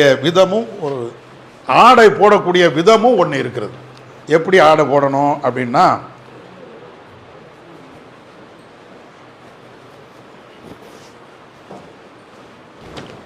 இதுதான் எஹ்ராம் ட்ரெஸ்ஸு. சாதாரணமாக என்ன செய்வோம்னா இப்படி கீழே ஒன்றும் உடுத்துருப்போம், இப்படியே உடுத்துக்கிடுவோம். ஒன்று. ரெண்டாவது வந்து இதே ட்ரெஸ்ஸை இப்படி மேலேயும் போட்டிருப்போம். ஒன்று கீழே உடுத்துருப்போம், மேலேயும் இப்படி போட்டிருப்போம். சாதாரணமாக இப்படி இருக்கலாம். ஆனால் இந்த 3 தவாஃப், இந்த ஃபஸ்ட்டு தவாஃப் இருக்குதுமா இல்லையா, அதில் 3 தடவை தவாஃப் செய்யும்போது மட்டும் நம்முடைய வலது தோள் புஜம் வெளியில் தெரியணும். அப்போ எப்படி போடுறது? இந்த பெண்கள் தாவாணி போடுவாங்களா இல்லையா, அதை மாதிரி அது எப்படி போட்டுக்கணும்னா இதில் இருந்து இப்படி வைத்து இப்படி போட்டுக்கணும். இப்போ தெரியுதுல, வலது தோள் புஜம் வெளியில் தெரியணும், இடது தோள் புஜம் மறைக்கணும். இது ஆண்களுக்கு தானே இந்த ட்ரெஸ்ஸை போட்டு போகிறோம். ஆண்களுக்கு இடது தோள் புஜம் மறைக்கணும், வலது தோள் புஜம் தெரியணும். இது எல்லா நேரத்திலையும் கிடையாது. ஃபஸ்ட்டு தவாஃப் பண்ணுறீங்களா இல்லையா, அந்த தவாஃபுக்கு அதுலேயும் அந்த 3 தடவை போகிறதுக்கு மட்டும்தான் இந்த ஸ்டைல். பாக்கி நீங்கள் எத்தனையோ தவாஃபுகள் பண்ணலாம். அப்படி பண்ணும்போதெல்லாம் இப்படி போடணுங்கிறது கட்டாயம் கிடையாது. நிறைய பேர் தப்பாக செய்கிறாங்க. அதை பார்த்துக்கிட்டு நம்மளும் தப்பாக செய்யக்கூடாது. ஃபஸ்ட்டு தவாஃபுக்கு மட்டும், இதுக்கு பேர் இல்திபான்னு அரபியில் சொல்லுவாங்க, இதை மாதிரி போடுறதுக்கு ரசூலுல்லாஹ் சொல்லியிருக்கிறாங்க. முதல்ல நீங்கள் உம்ராவுக்கு போகிறீங்க, முதல் தவாஃபில் வந்து ஆண்கள் கடைபிடிக்க வேண்டிய 2 பிரத்யேகமான விஷயம். ஒன்று 3 தவாஃபு குதித்து ஓடணும். ரெண்டாவது வந்து வலது தோள் புஜம் வெளியில் தெரியணும். அவ்வளோதான். வலது தோள் புஜம் வெளியில் தெரிஞ்சுக்கிட்டுச்சுனாலேயே இப்படி போட்டு போயிடலாம். சரியா? இப்படி ஹஜருல் அஸ்வத் கல்லில் இருந்து ஆரம்பித்து மீண்டும் ஹஜருல் அஸ்வத் கல்லுக்கு வரோம் ஒரு தவாஃபு. மீண்டும் திரும்பவும் ஹஜருல் அஸ்வத் கல்லில் ஆரம்பித்து மீண்டும் அதே இடத்துக்கு வரோம். ஒவ்வொரு தடையும் வரும்போதும் ஹஜருல் அஸ்வத் கல்லை முத்தமிடணும். அல்லாஹு அக்பர் அப்படின்னு சொல்லி அதுக்கு முத்தமிட்டுட்டு அடுத்த தவாஃப். இப்படி 7 முறை தவாஃப் பண்ணணும். ஆண்கள் இதில் 3 தவாஃபு வந்து தொங்கோட்டமாக ஓடணும், 4 தவாஃபு வந்து சாதாரணமாக நடந்து வரணும்.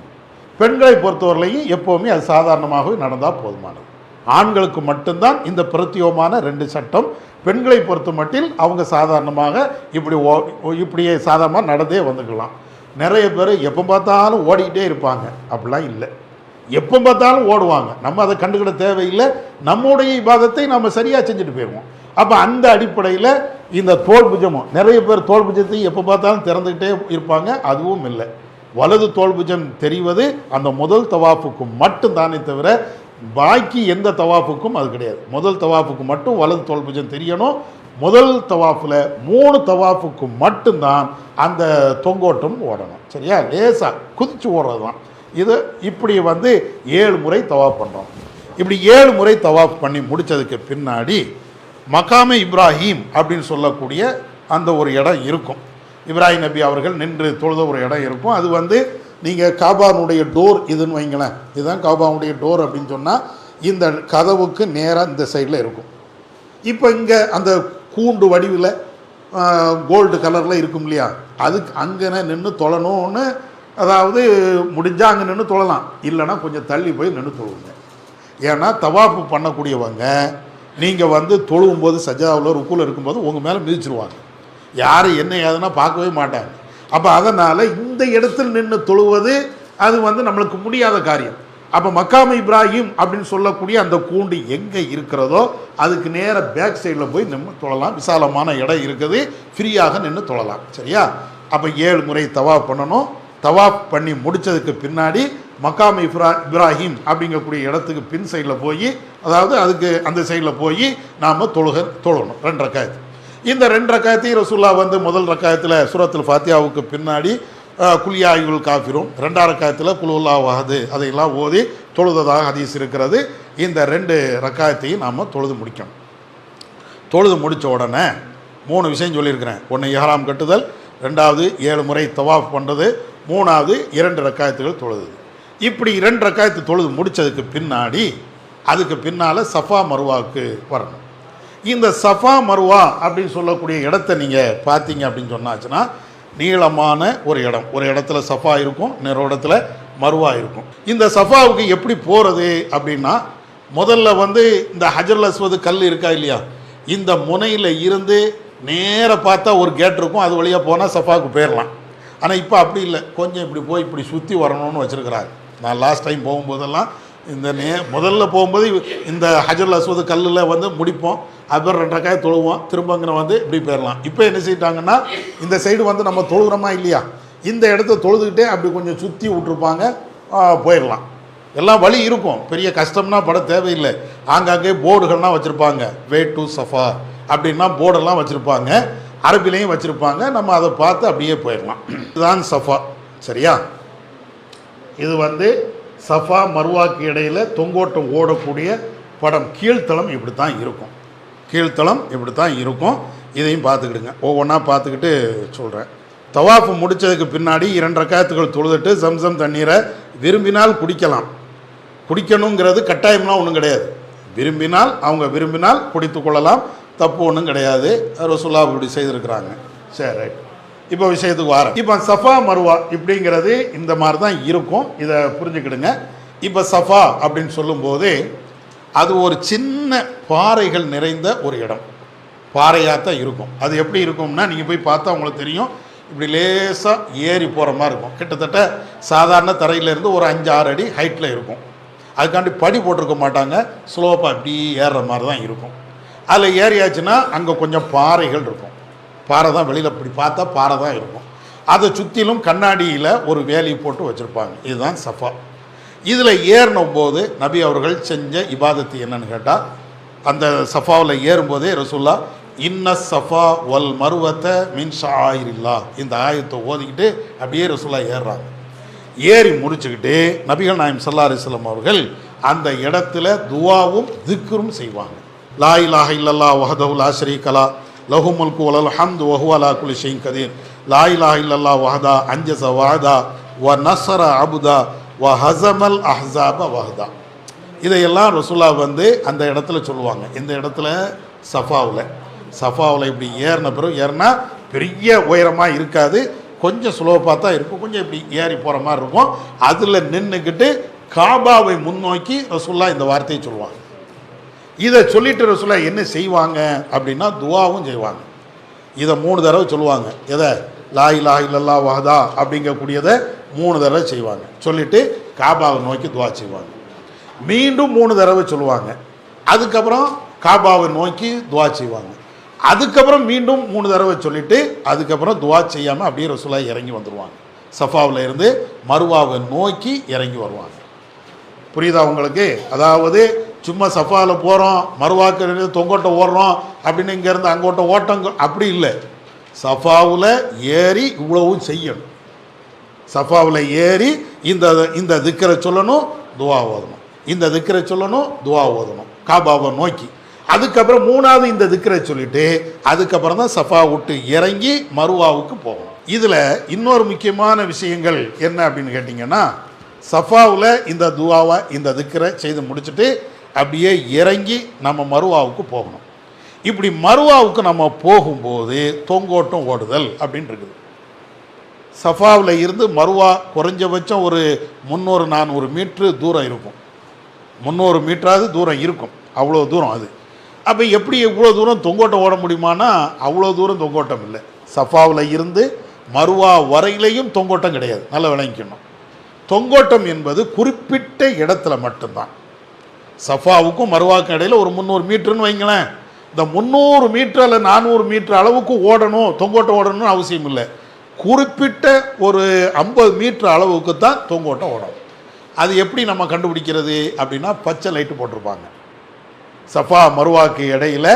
அந்த எந்த இடத்தில் நம்ம தொங்கோட்டம் ஓடணுமோ அந்த இடத்துல பச்சை லைட்டு இருக்கும். அதில் ஆண்கள் தான் தொங்கோட்டம் ஓடணுமே தவிர பெண்களுக்கு அதுவும் கிடையாது. பொதுவாக நம்ம என்ன படித்து வச்சுருக்கிறோம், சஃபாக்கு மருவாக்கு இடையில் தொங்கோட்டம் ஓடணும், சஃபா மருவாக்கு இடையில் தொங்கோட்டம் ஓடணும் அப்படின்ட்டு இருக்கிறோம். அது உண்மை. ஆனால் முழுமையாக ஓடுவது அல்ல. குறிப்பிட்ட அந்த பச்சை லைட்டு போடப்பட்ட அந்த பகுதியில் மட்டும்தான் தொங்கோட்டமே தவிர சஃபாவில் இருந்து மருவா வரையும் ஓடணும் அப்படிங்கிறது இல்லை. அப்போ அதனால் அந்த குறிப்பிட்ட இடத்துல அந்த லைட்டு போட்டிருப்பாங்க, அங்கே மட்டும் நீங்கள் இது பண்ணால் போதுமானது. சரியா? இது ஒரு விஷயம். இப்போ சஃபாவில் இந்த திக்ரு செய்துட்டு இதையெல்லாம் முடிச்சுட்டு அப்படியே சஃபாவில் இருந்து இறங்கி மருவாவுக்கு போகிறோம். போகிற வழியில் பச்சை லைட்டு போடப்பட்ட அந்த இடத்துல கொஞ்சம் தொங்கோட்டம் ஓடி வரோம். பெண்கள் கிடையாது, ஆண்கள். கடைசியாக மருவாவுக்கு ஏறுவோம். மருவாவிலே நீங்கள் தரையில் பார்த்தீங்கன்னா பாறையாக இருக்கும், அவ்வளோதான். அதுவும் கொஞ்சம் உயரமான இடமா இருக்கும், பாறையாக இருக்கும். நிறைய பேர் அங்கே நின்றுட்டு தொழுதுட்டு இருப்பாங்க. அப்படிலாம் இஸ்லாம் சொல்லி தரல. இப்போ நம்ம அங்கே வந்து என்ன செய்யணும், மருவாவில் சஃபாவில் என்ன செய்தோமோ அதே தான் மருவாவில் செய்யணும். சஃபாவில் என்ன செஞ்சோம், லா இலாஹ இல்லல்லாஹ் இந்த திக்ரை ஓதணும், துவா செய்தோம், மீண்டும் திக்ரை ஓதுறோம், துவா செய்கிறோம், மீண்டும் திக்ரோம். இதுதான் சஃபாவில் என்ன செய்தோமோ அதே தான் மருவாவிலையும் நம்ம செய்யணும். காபாவை நோக்கி செஞ்சுக்கணும். உங்களுக்கு அங்கே போனாலேயே காபா இருக்கக்கூடிய டைரெக்ஷனும் தெரியும் உங்களுக்கு. அப்போ அந்த அடிப்படையில் சஃபாவில் செஞ்ச மாதிரியே மருவாவிலையும் செய்யணும். அதுக்கு பின்னாடி மருவாவில் இருந்து இறங்கி மீண்டும் சஃபாவுக்கு வரணும். இப்படி சஃபாவுக்கு வரும்போது அங்கேயும் தொங்கோட்டம் உண்டு. அதுவும் எந்த இடத்துல, குறிப்பிட்ட அந்த பச்சை லைட்டு போடப்பட்ட இடம். சஃபாவில் இருந்து மருவாவுக்கு போகும்போதும் தொங்கோட்டம் உண்டு. அந்த குறிப்பிட்ட பச்சை லைட்டு போடப்பட்ட அந்த இடத்துல மட்டும் தொங்கோட்டம் ஓடணும்.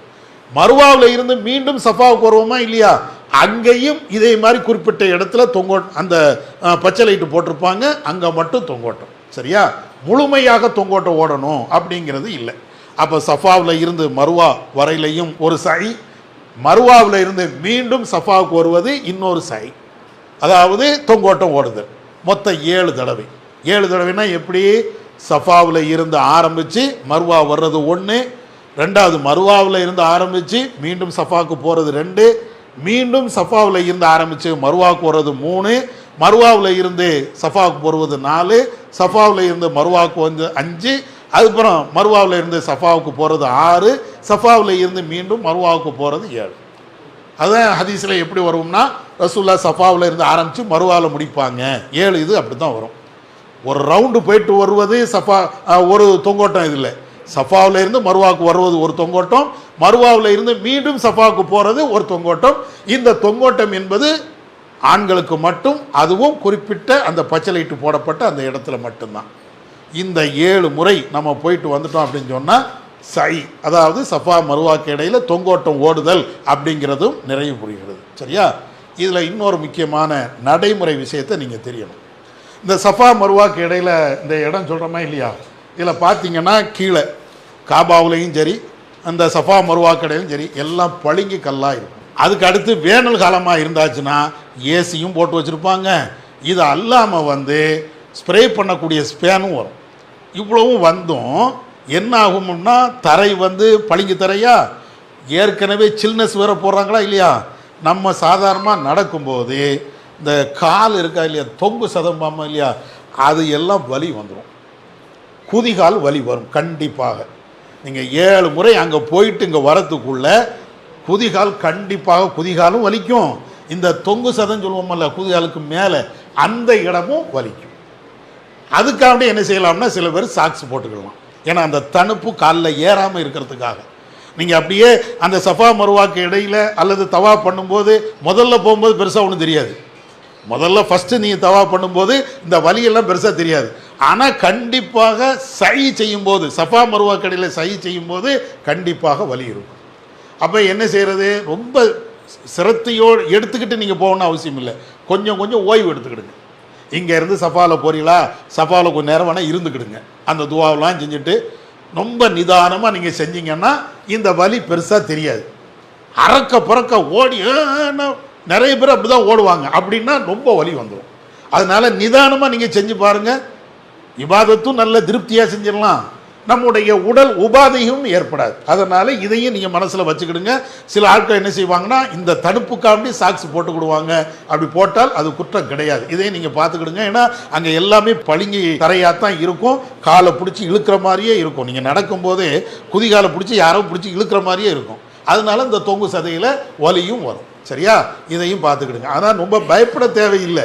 அது சாதாரணமாக கொஞ்சம் அப்படி வலி இருந்தால் கூட லேசாக தடவி விட்டால் சரியாயிரும். நம்மள்ட்ட தான் இந்த தைலம்லாம் வச்சுருப்போம்ல, லேசாக தடவி விட்டால் எல்லாமே சரியாயிரும். பெரிய நீங்கள் சிரமம் எடுக்க வேண்டாம். அடுத்து வந்து இப்போ சஃபா மருவாக்கு இடையில் தொங்கோட்டம் முடிச்சதுக்கு பின்னாடி கடைசியாக முடியை வெட்டணும். ரசூலுல்லாஹ் 2 சாய்ஸை தந்திருக்கிறாங்க. என்ன சாய்ஸு, ஒன்று வந்து ஆண்களாக இருந்தால் மொட்டை அடிக்கலாம், மொட்டை அடிப்பது சிறந்தது. அல்லது முடியை கத்திரித்தும் கொள்ளலாம். அது ரசூலுல்லாஹ் வந்து அனுமதி கொடுத்துருக்குறாங்க. ரசூலுல்லாஹ் எடுத்தோடனே என்ன செய்வாங்கன்னா, அல்லாஹு மஃபிர் லில் முஹல்லிகீன், யார் மொட்டை அடிக்கிறார்களோ அவருடைய பாவத்தை நீ மன்னிப்பாயாக, அவங்க அருள் செய்வாயாக அப்படின்னு ரசூலுல்லாஹ் துஆ செய்கிறாங்க. அதுக்கு முக்கியத்துவம் கொடுக்குறாங்க. அதே நேரத்தில் முடியை குறைத்து கொள்ளலாமான்னா தாராளமாக குறைத்து கொள்ளலாம்.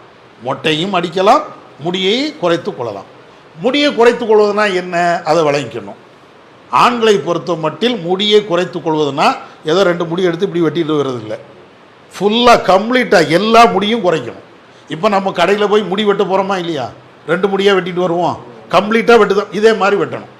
முடியை குறைத்து கொள்ளுதல் அப்படிங்கக்கூடிய அர்த்தம். மொட்டை அடிக்கலை, முடியை நான் குறைச்சிக்கிறேன்னா அதுக்கு அர்த்தம் என்ன, ஆண்களை பொறுத்தவரையிலையும் இப்போ சலூன் கடையில் போய் எப்படி கம்ப்ளீட்டாக முடியை வெட்டுதோமோ குறைத்து கொள்கிறோமோ அதே மாதிரி குறைத்து கொள்ளணும். ஏதோ 2 முடியை மட்டும் எடுத்துகிட்டு வெட்டக்கூடாது. அங்கே அப்படி பேர் சில பேர் செய்வாங்க, அது தப்பு. ஃபுல்லாக குறைக்கணும். சரியா, அப்போ மொட்டையும் அடிக்கலாம், முடியை குறைத்தும் கொள்ளலாம். அது புரிஞ்சுக்கிடுங்க. பெண்களை பொறுத்தவரையிலையும் அவங்களுக்கும் மொட்டை கிடையாது. ரசூலுல்லாஹ் பொதுவாகவே பெண்கள் மொட்டை அடிப்பதை தடுத்துட்டாங்க. பெண்கள் எப்போவுமே மொட்டை அடிக்கக்கூடாது. ரசூலுல்லாஹ் விதிவிலக்காக ஒரு மருத்துவ காரணம் வேறு ஏதாவது காரணங்களுக்காண்டி செய்கிறது அது வேறு, அது விதிவிலக்கு. பொதுவாகவே பெண்கள் மொட்டை அடிக்கக்கூடாது.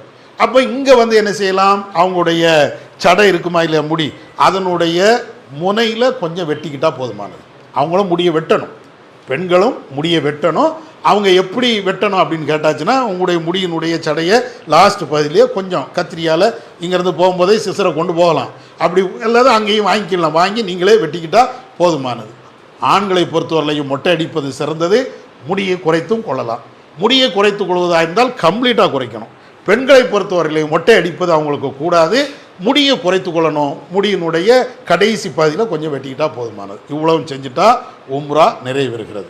எஹ்ராம் கட்டினோம், தவாஃப் பண்ணோம், 2 ரக்காத் தொழுதோம், சை சஃபா மருவா கடையில் தொங்கோட்டம் ஓடணும், அதே போன்று முடியை குறைத்து கொண்டோம். இதுக்கு பேர் தான் உம்ரா. இப்படி உம்ரா முடிஞ்சோடனே எஹ்ராமே கலைஞ்சிக்கலாம். சாதாரணமாக இப்போ எப்படி இருக்கிறோமோ இதை மாதிரி இருந்துக்கலாம். சரியா, இதுதான் நபி அவர்கள் கற்றுத்தந்த ஒரு சுன்னத்தான உம்ரா செய்யக்கூடிய முறை. அதாவது தவாஃப் செய்வதற்கு ஒலு அவசியம்னு சில பேர் சொல்கிறாங்க. ஆனால் மார்க்கத்தில் அதுக்கு நேரடியான ஆதாரம் இல்லை. ஒருவர் தவாஃப் செய்யும்போது ஒலு செய்துட்டும் செய்யலாம், ஒலு இல்லாமலும் தவாஃப் செய்யலாம், 2க்கும் தான்.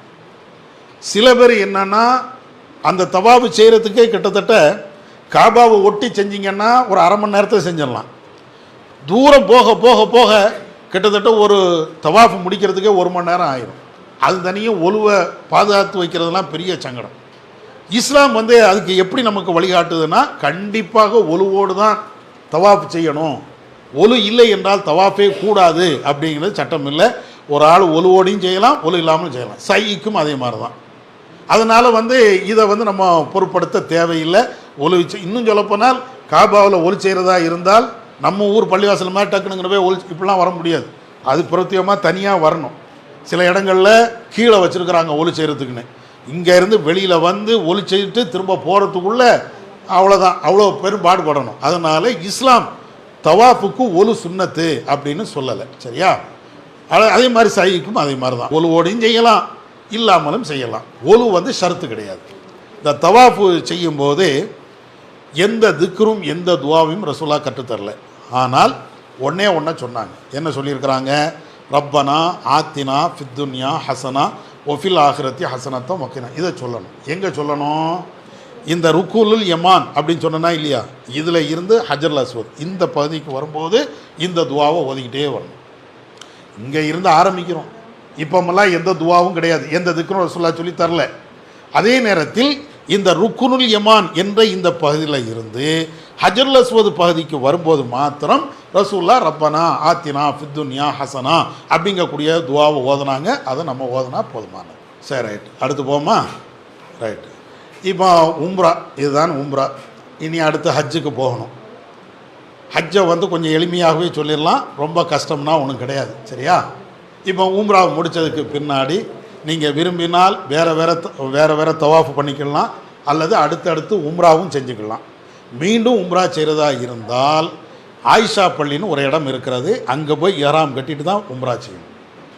உம்ரா திரும்பவும் செய்யலாம். இப்போ போய் ஃபஸ்ட்டு ஒரு உம்ரா பண்ணிட்டீங்க, அடுத்து இன்னொரு உம்ரா செய்யணும் நீங்கள் நினைக்கிறீங்கன்னா தாராளமாக செய்யலாம். ஆனால் அங்கே தனியும் ரசூலாவுடைய காலத்தில் ஆயிஷா நாயகி அவங்க உம்ரா செய்யாமல் இருந்தாங்க. அப்போ ரசூலாட்ட அனுமதி கேட்குறாங்க. ஆயிஷா நாயகி எல்லாரும் ஹஜ்ஜும் உம்ராவும் செஞ்சாங்க, நான் மட்டும் உம்ரா செய்யலையே அப்படிங்கும்போது ரசூலா என்ன செய்கிறாங்கன்னா, அப்துல் ரஹ்மான் அப்படிங்கக்கூடிய ஆயிஷாவுடைய சகோதரரை அழைச்சி ஆயிஷாவை கூட்டு போங்க, தன்னியும் என்ற இடத்துக்கு கூட்டு போங்க, அங்கே இஹ்ராம் கட்டி சொல்லுங்கள், அங்கே இருந்து அவங்க உம்ரா செய்யட்டும் அப்படிங்கிறாங்க. அப்போ அந்த அடிப்படையில் இப்போவும் அந்த ரசூலாவுடைய காலத்தில் அந்த இடத்துக்கு பேர் தன்னியம்னு இருந்துச்சு. இப்போ அதுக்கு ஆயிஷா பள்ளின்னு வச்சுருக்கிறாங்க. அங்கே போய் நம்ம இஹ்ராம் கட்டிட்டு மீண்டும் இதே மாதிரி உம்ரா செய்யலாம். அதே நேரத்தில் உம்ராங்கிறது நமக்குத்தான் செய்ய முடியுமே தவிர இறந்து விட்டவங்களுக்காக அல்லது பிறருக்காக வேண்டி உம்ரா செய்ய முடியாது. இப்போ ஒரு உம்ரா எங்கள் அத்தாவுக்காக, ஒரு உம்ரா என் அம்மாவுக்காக, இதெல்லாம் மார்க்கத்தில் இல்லை. எனக்காக வேண்டி நான் எத்தனை உம்ரானாலும் செஞ்சுக்கலாம். இப்போவும் செய்யலாம். ஒரு உம்ரா முடிஞ்ச பிறகு இன்னொரு உம்ரா, அது எத்தனை உம்ரானா நான் செஞ்சுக்கலாம். அது எனக்கு நானே செய்யக்கூடியது. ஆனால் அடுத்த ஆளுக்காக வேண்டி செய்கிறது வந்து மார்க்கத்தில் நபி அவர்கள் கற்றுத்தரல, அவங்களுக்கும் செய்ய முடியாது. ஹஜ்ஜு மட்டும்தான் ரசூலுல்லாஹ் அடுத்த ஆளுக்காக வேண்டி செய்யலாங்கிறாங்க. ஹஜ்ஜு அடுத்த ஆளுக்காக வேண்டி செய்யலாம். எப்படி ஒரு லொஹர் தொழுகையை என் வாப்புக்காக வேண்டி நான் தொழ முடியாதோ, என் அத்தா லொஹர் தொழலை, அவருக்காண்டி நான் லொஹர் தொழ முடியுமா? தொழ முடியாது. அது ரசூலுல்லாஹ் கற்றுத்தரல. அதே மாதிரி உம்ராவையும் ரசூலுல்லாஹ் வந்து அப்படி கற்றுத்தரல. அடுத்த ஆளுக்காக வேண்டி ஒரு உம்ரா அப்படின்னு கற்றுத்தரல. எதுக்கு கற்று தந்திருக்கிறாங்கன்னா, ஹஜ்ஜுக்கு. அத்தா ஹஜ்ஜு செய்ய முடியலை, மகன் அத்தாவுக்காண்டி ஹஜ்ஜு செய்யலாம். அம்மா ஹஜ்ஜு செய்ய முடியல, மகளோ மகனோ அம்மாவுக்காக வேண்டி ஹஜ்ஜு செய்யலாம். அதுக்கு ரசூலுல்லாஹ் அனுமதி தந்திருக்கிறாங்க. உம்ராவுக்கு ரசூலுல்லாஹ் அனுமதி தரல. அதனால நமக்கு நாமே எத்தனை உம்ரானாலும் செய்து கொள்ளலாம், அடுத்த ஆளுக்காக வேண்டி உம்ரா செய்ய முடியாது. இப்போ அடுத்து ஹஜ்ஜுடைய சட்டத்துக்கு வருவோம். ஹஜ்ஜு என்பதற்கும் அது சில குறிப்பிட்ட இடங்களில் சில குறிப்பிட்ட இபாதத்துகளை செய்கிறதுக்கு பேர் தான் ஹஜ். அந்த ஹஜ்ஜுக்கு எப்படி உம்ராவுக்கு இஹ்ராம் அவசியமோ அதே போன்று ஹஜ்ஜுக்கும் இஹ்ராம் அவசியம். அந்த இஹ்ராமுடைய சட்டங்கள் எல்லாமே உங்களுக்கு ஃபஸ்ட்டு என்ன சொன்னோமோ அதே சட்டம்தான் ஹஜ்ஜுடைய இஹ்ராமுக்கு வரும். ஆனால் ஹஜ்ஜுடைய இஹ்ராம்ங்கிறது எங்கே கட்டுவது அப்படின்னு நீங்கள் கேட்டிங்கன்னா, நான் இப்போ மக்காவில் தான் இருக்கிறோம், முதல்ல உம்ரா பண்ணிட்டோம், இப்போ மக்காவிலே இருக்கிறோம் அப்படின்னு சொன்னால், மக்காவில் நம்ம எந்த இடத்தில் இருக்கிறோமோ அந்த இடத்துலையே ஹஜ்ஜுக்காக வேண்டி இஹ்ராம் கட்டிக்கலாம். முதல்ல சொன்னா இல்லையா, குறிப்பிட்ட எல்லையில் போயிட்டு தான் இஹ்ராம் கட்டணும் நியத் அப்படிங்கிறது கிடையாது. ஏன்னா இப்போ நம்ம உள்ளே போயிட்டோம், உம்ராவெல்லாம் முடிச்சிட்டோம், இப்போ சாதாரணமாக இருக்கிறோம். இப்போ துல் ஹஜ்ஜி 8வது அன்னைக்கு வந்துருச்சு அப்படின்னா நம்ம எந்த இடத்தில் இருக்கிறோமோ அந்த இடத்துலையே மீண்டும் ஹஜ்ஜுக்காக வேண்டி நியத் இஹ்ராம் கட்டிக்கணும். சரியா? அது எங்கே இருந்தாலும் சரி. ஒரு சமயம் நான் சொன்ன மாதிரி நீங்கள் மதினாவுக்கு போயிட்டீங்க அல்லது வேறு எங்கேயாவது போயிட்டீங்கன்னா, அதாவது இந்த இஹ்ராமுடைய எல்லையெல்லாம் தாண்டி வெளியே போயிட்டீங்க, உதாரணத்திற்கு ரியாத்துக்கே போயிட்டீங்கன்னு வைங்களேன், ஒரு பேச்சுக்கு சொல்கிறேன், மக்காவுக்கு தான் போனீங்க, உம்ரா முடிச்சிங்க, அதுக்கு பின்னால் நீங்கள் ரியாத்துக்கோ வேறு எங்கேயோ போயிட்டீங்கன்னா அங்கே இருந்து வரும்போது எல்லையில் வந்து ஏறாம் கட்டணும். எல்லைக்கு உட்பட்ட இடங்களில் நீங்கள் இருந்தீங்கன்னா அந்த இடத்துல இருந்து ஏறாம் கட்டிக்கணும். அதாவது என்னன்னா, நீங்கள் ஹஜ்ஜு உடைய டைமில் எல்லைக்கு இந்த ஏறாம் கட்டக்கூடிய எல்லை இருக்கா இல்லையா, அதுக்கு உட்பட்ட இடத்துலையே நீங்கள் இருக்கிறீங்கன்னா அங்கேயே ஏறாம் கட்டிக்கணும். அதுக்கு வெளியில் போயிட்டீங்க அப்படின்னா எந்த எல்லை வழியாக வெளியே போனீங்களோ, அதாவது எந்த வழியாக அந்த மேக்காத்து வழியாக நீங்கள் வாரீங்களோ அங்கே வந்து ஏறாம் கட்ட வேண்டி இருக்கும். சரியா? உதாரணமாக நீங்கள் மதீனாவுக்கு போயிட்டீங்கன்னு வைங்களேன், முதல்ல உம்ரா முடிச்சிட்டீங்க, அப்புறம் மதீனா போயிட்டீங்க, மீண்டும் மதீனாவில் இருந்து ஹஜ்ஜுக்காக வேண்டி மக்காவுக்கு நீங்கள் வாரீங்கன்னா நீங்கள் எஹ்ராம் கட்ட வேண்டிய இடம் என்ன தெரியுமா? துல்ஹுலைஃபா. அது உங்களுக்கு சொல்லி தருவாங்க, அது ஒரு பெரிய சிரமம்லாம் ஒன்றும் கிடையாது.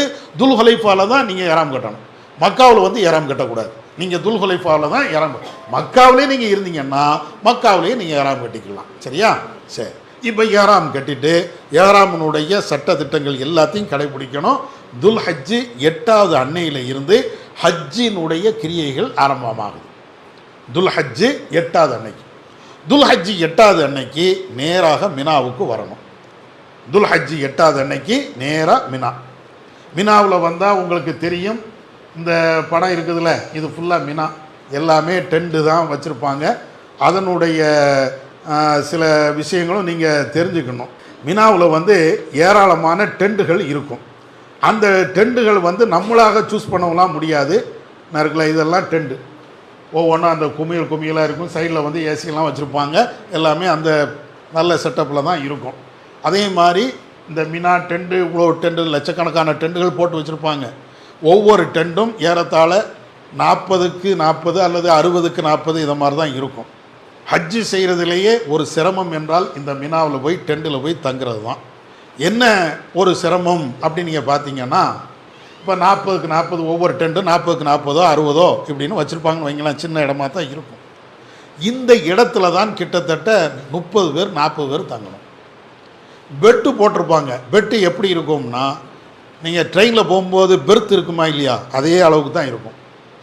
அகலம் வந்து ஒரு 1-1.5 அடி அகலம் இருக்கும், நீளம் வந்து ஒரு 5 அடி அல்லது 6 அடி நீளம். இப்படி தான் ஒரு பெட்டை ஒட்டியே அடுத்த பெட்டு இருக்கும். இது ஒரு பெட்டுன்னு வைங்களேன், இதை ஒட்டி அடுத்த பெட்டு, இதை ஒட்டி இந்த பெட்டு, இதை ஒட்டி இப்படி தான் லைனாக அடுக்கி தான் வச்சுருப்பாங்க. ஒவ்வொரு ஆளும் அந்த பெட்டில் தான் படுக்கணும். நீங்கள் நைட் நேரத்தில் எல்லா ஆட்களும் படுத்த பார்த்தீங்கன்னு வைங்களேன், ஜனாசாவை அடுக்கி வச்சவோ எப்படி இருக்குமோ அப்படி தான் இருக்கும். அந்த இடத்துல தான் படுக்கணும், வேறு எங்கேயும் படுக்கவும் முடியாது உங்களால். அப்போ நீங்கள் அந்த இடத்துல நீங்கள் படுத்தீங்க அப்படின்னா கால் மாட்டில் கால் நீட்டியிருப்போமா இல்லையா, அங்கே ஒரு ஆள் தலையை வச்சு அப்படி படுத்திருப்பார். இங்கே நம்ம தலைக்கு மேலே இங்கே பார்த்தீங்கன்னா இங்கே ஒரு ஆள் காலை நீட்டிட்டு இப்படி படுத்திருப்பார். வலது சைடில் பார்த்தீங்கன்னா இங்கே ஒரு ஆள் படுத்திருப்பார். இடது சைடில் ஒரு ஆள் பார்த்து ஒரு ஆள் இப்படி திரும்பி பார்க்க முடியாது. எல்லாரும் ஒரே நேரத்தில் படுத்துட்டோன்னு வைங்களேன், யாராவது வெளியில் போய் படுத்துட்டாங்கன்னா ஒரு பெட்டு காலியாக இருக்கும் இல்லையா, அப்போ தான் கையை இப்படி போடலாம். இல்லை பாடியா இப்படின்னு கையை நீட்டினீங்கன்னு வைங்களேன், இங்கே ஒரு ஆள் மேலே இடிக்கும், இங்கே ஒரு ஆள் மேலே இடிக்கும். இப்படி தான் அந்த செட்டப்பே அப்படி தான் இருக்கும். ஆனால் ஆண்களுக்கு தனி, பெண்களுக்கு தனி. ஆண்களுக்கு தனியாக வச்சுருவாங்க, அங்கே பெண்கள் வரமாட்டாங்க. பெண்களுக்கு தனியாக வச்சுருப்பாங்க, அங்கே ஆண்களும் போக மாட்டாங்க. கணவன் மனைவியாக நீங்கள் போனாலும் நீங்கள் அங்கே போய் நின்றுக்கிட்டு என் மனைவி தான் அப்படிலாம் சொல்லலாம் முடியாது. உங்கள் மனைவி தான், பொம்பளை சைடில் போயிடட்டும், நீங்கள் இங்கே படுத்துக்கிடுங்க. ஆம்பளை கூட நீங்கள் இருந்துக்கிடுங்க, பெண்கள் கூட இருந்துக்கிடுங்க. அதுக்காண்டி தூரமெல்லாம் போட மாட்டாங்க. ஒரே டென்ட்டில் ஒரு ஸ்க்ரீன் போட்டு அந்த சைடு பெண்கள், இந்த சைடு ஆண்கள். ஆண்களுக்கு பிரத்யேகம், பெண்களுக்கு. டாய்லெட்டும் அதே மாதிரி தான், இஷ்டம் போல் டாய்லெட் இருக்கும். அதனால தண்ணி வசதியெல்லாம் எந்த பிரச்சனையும் இருக்காது.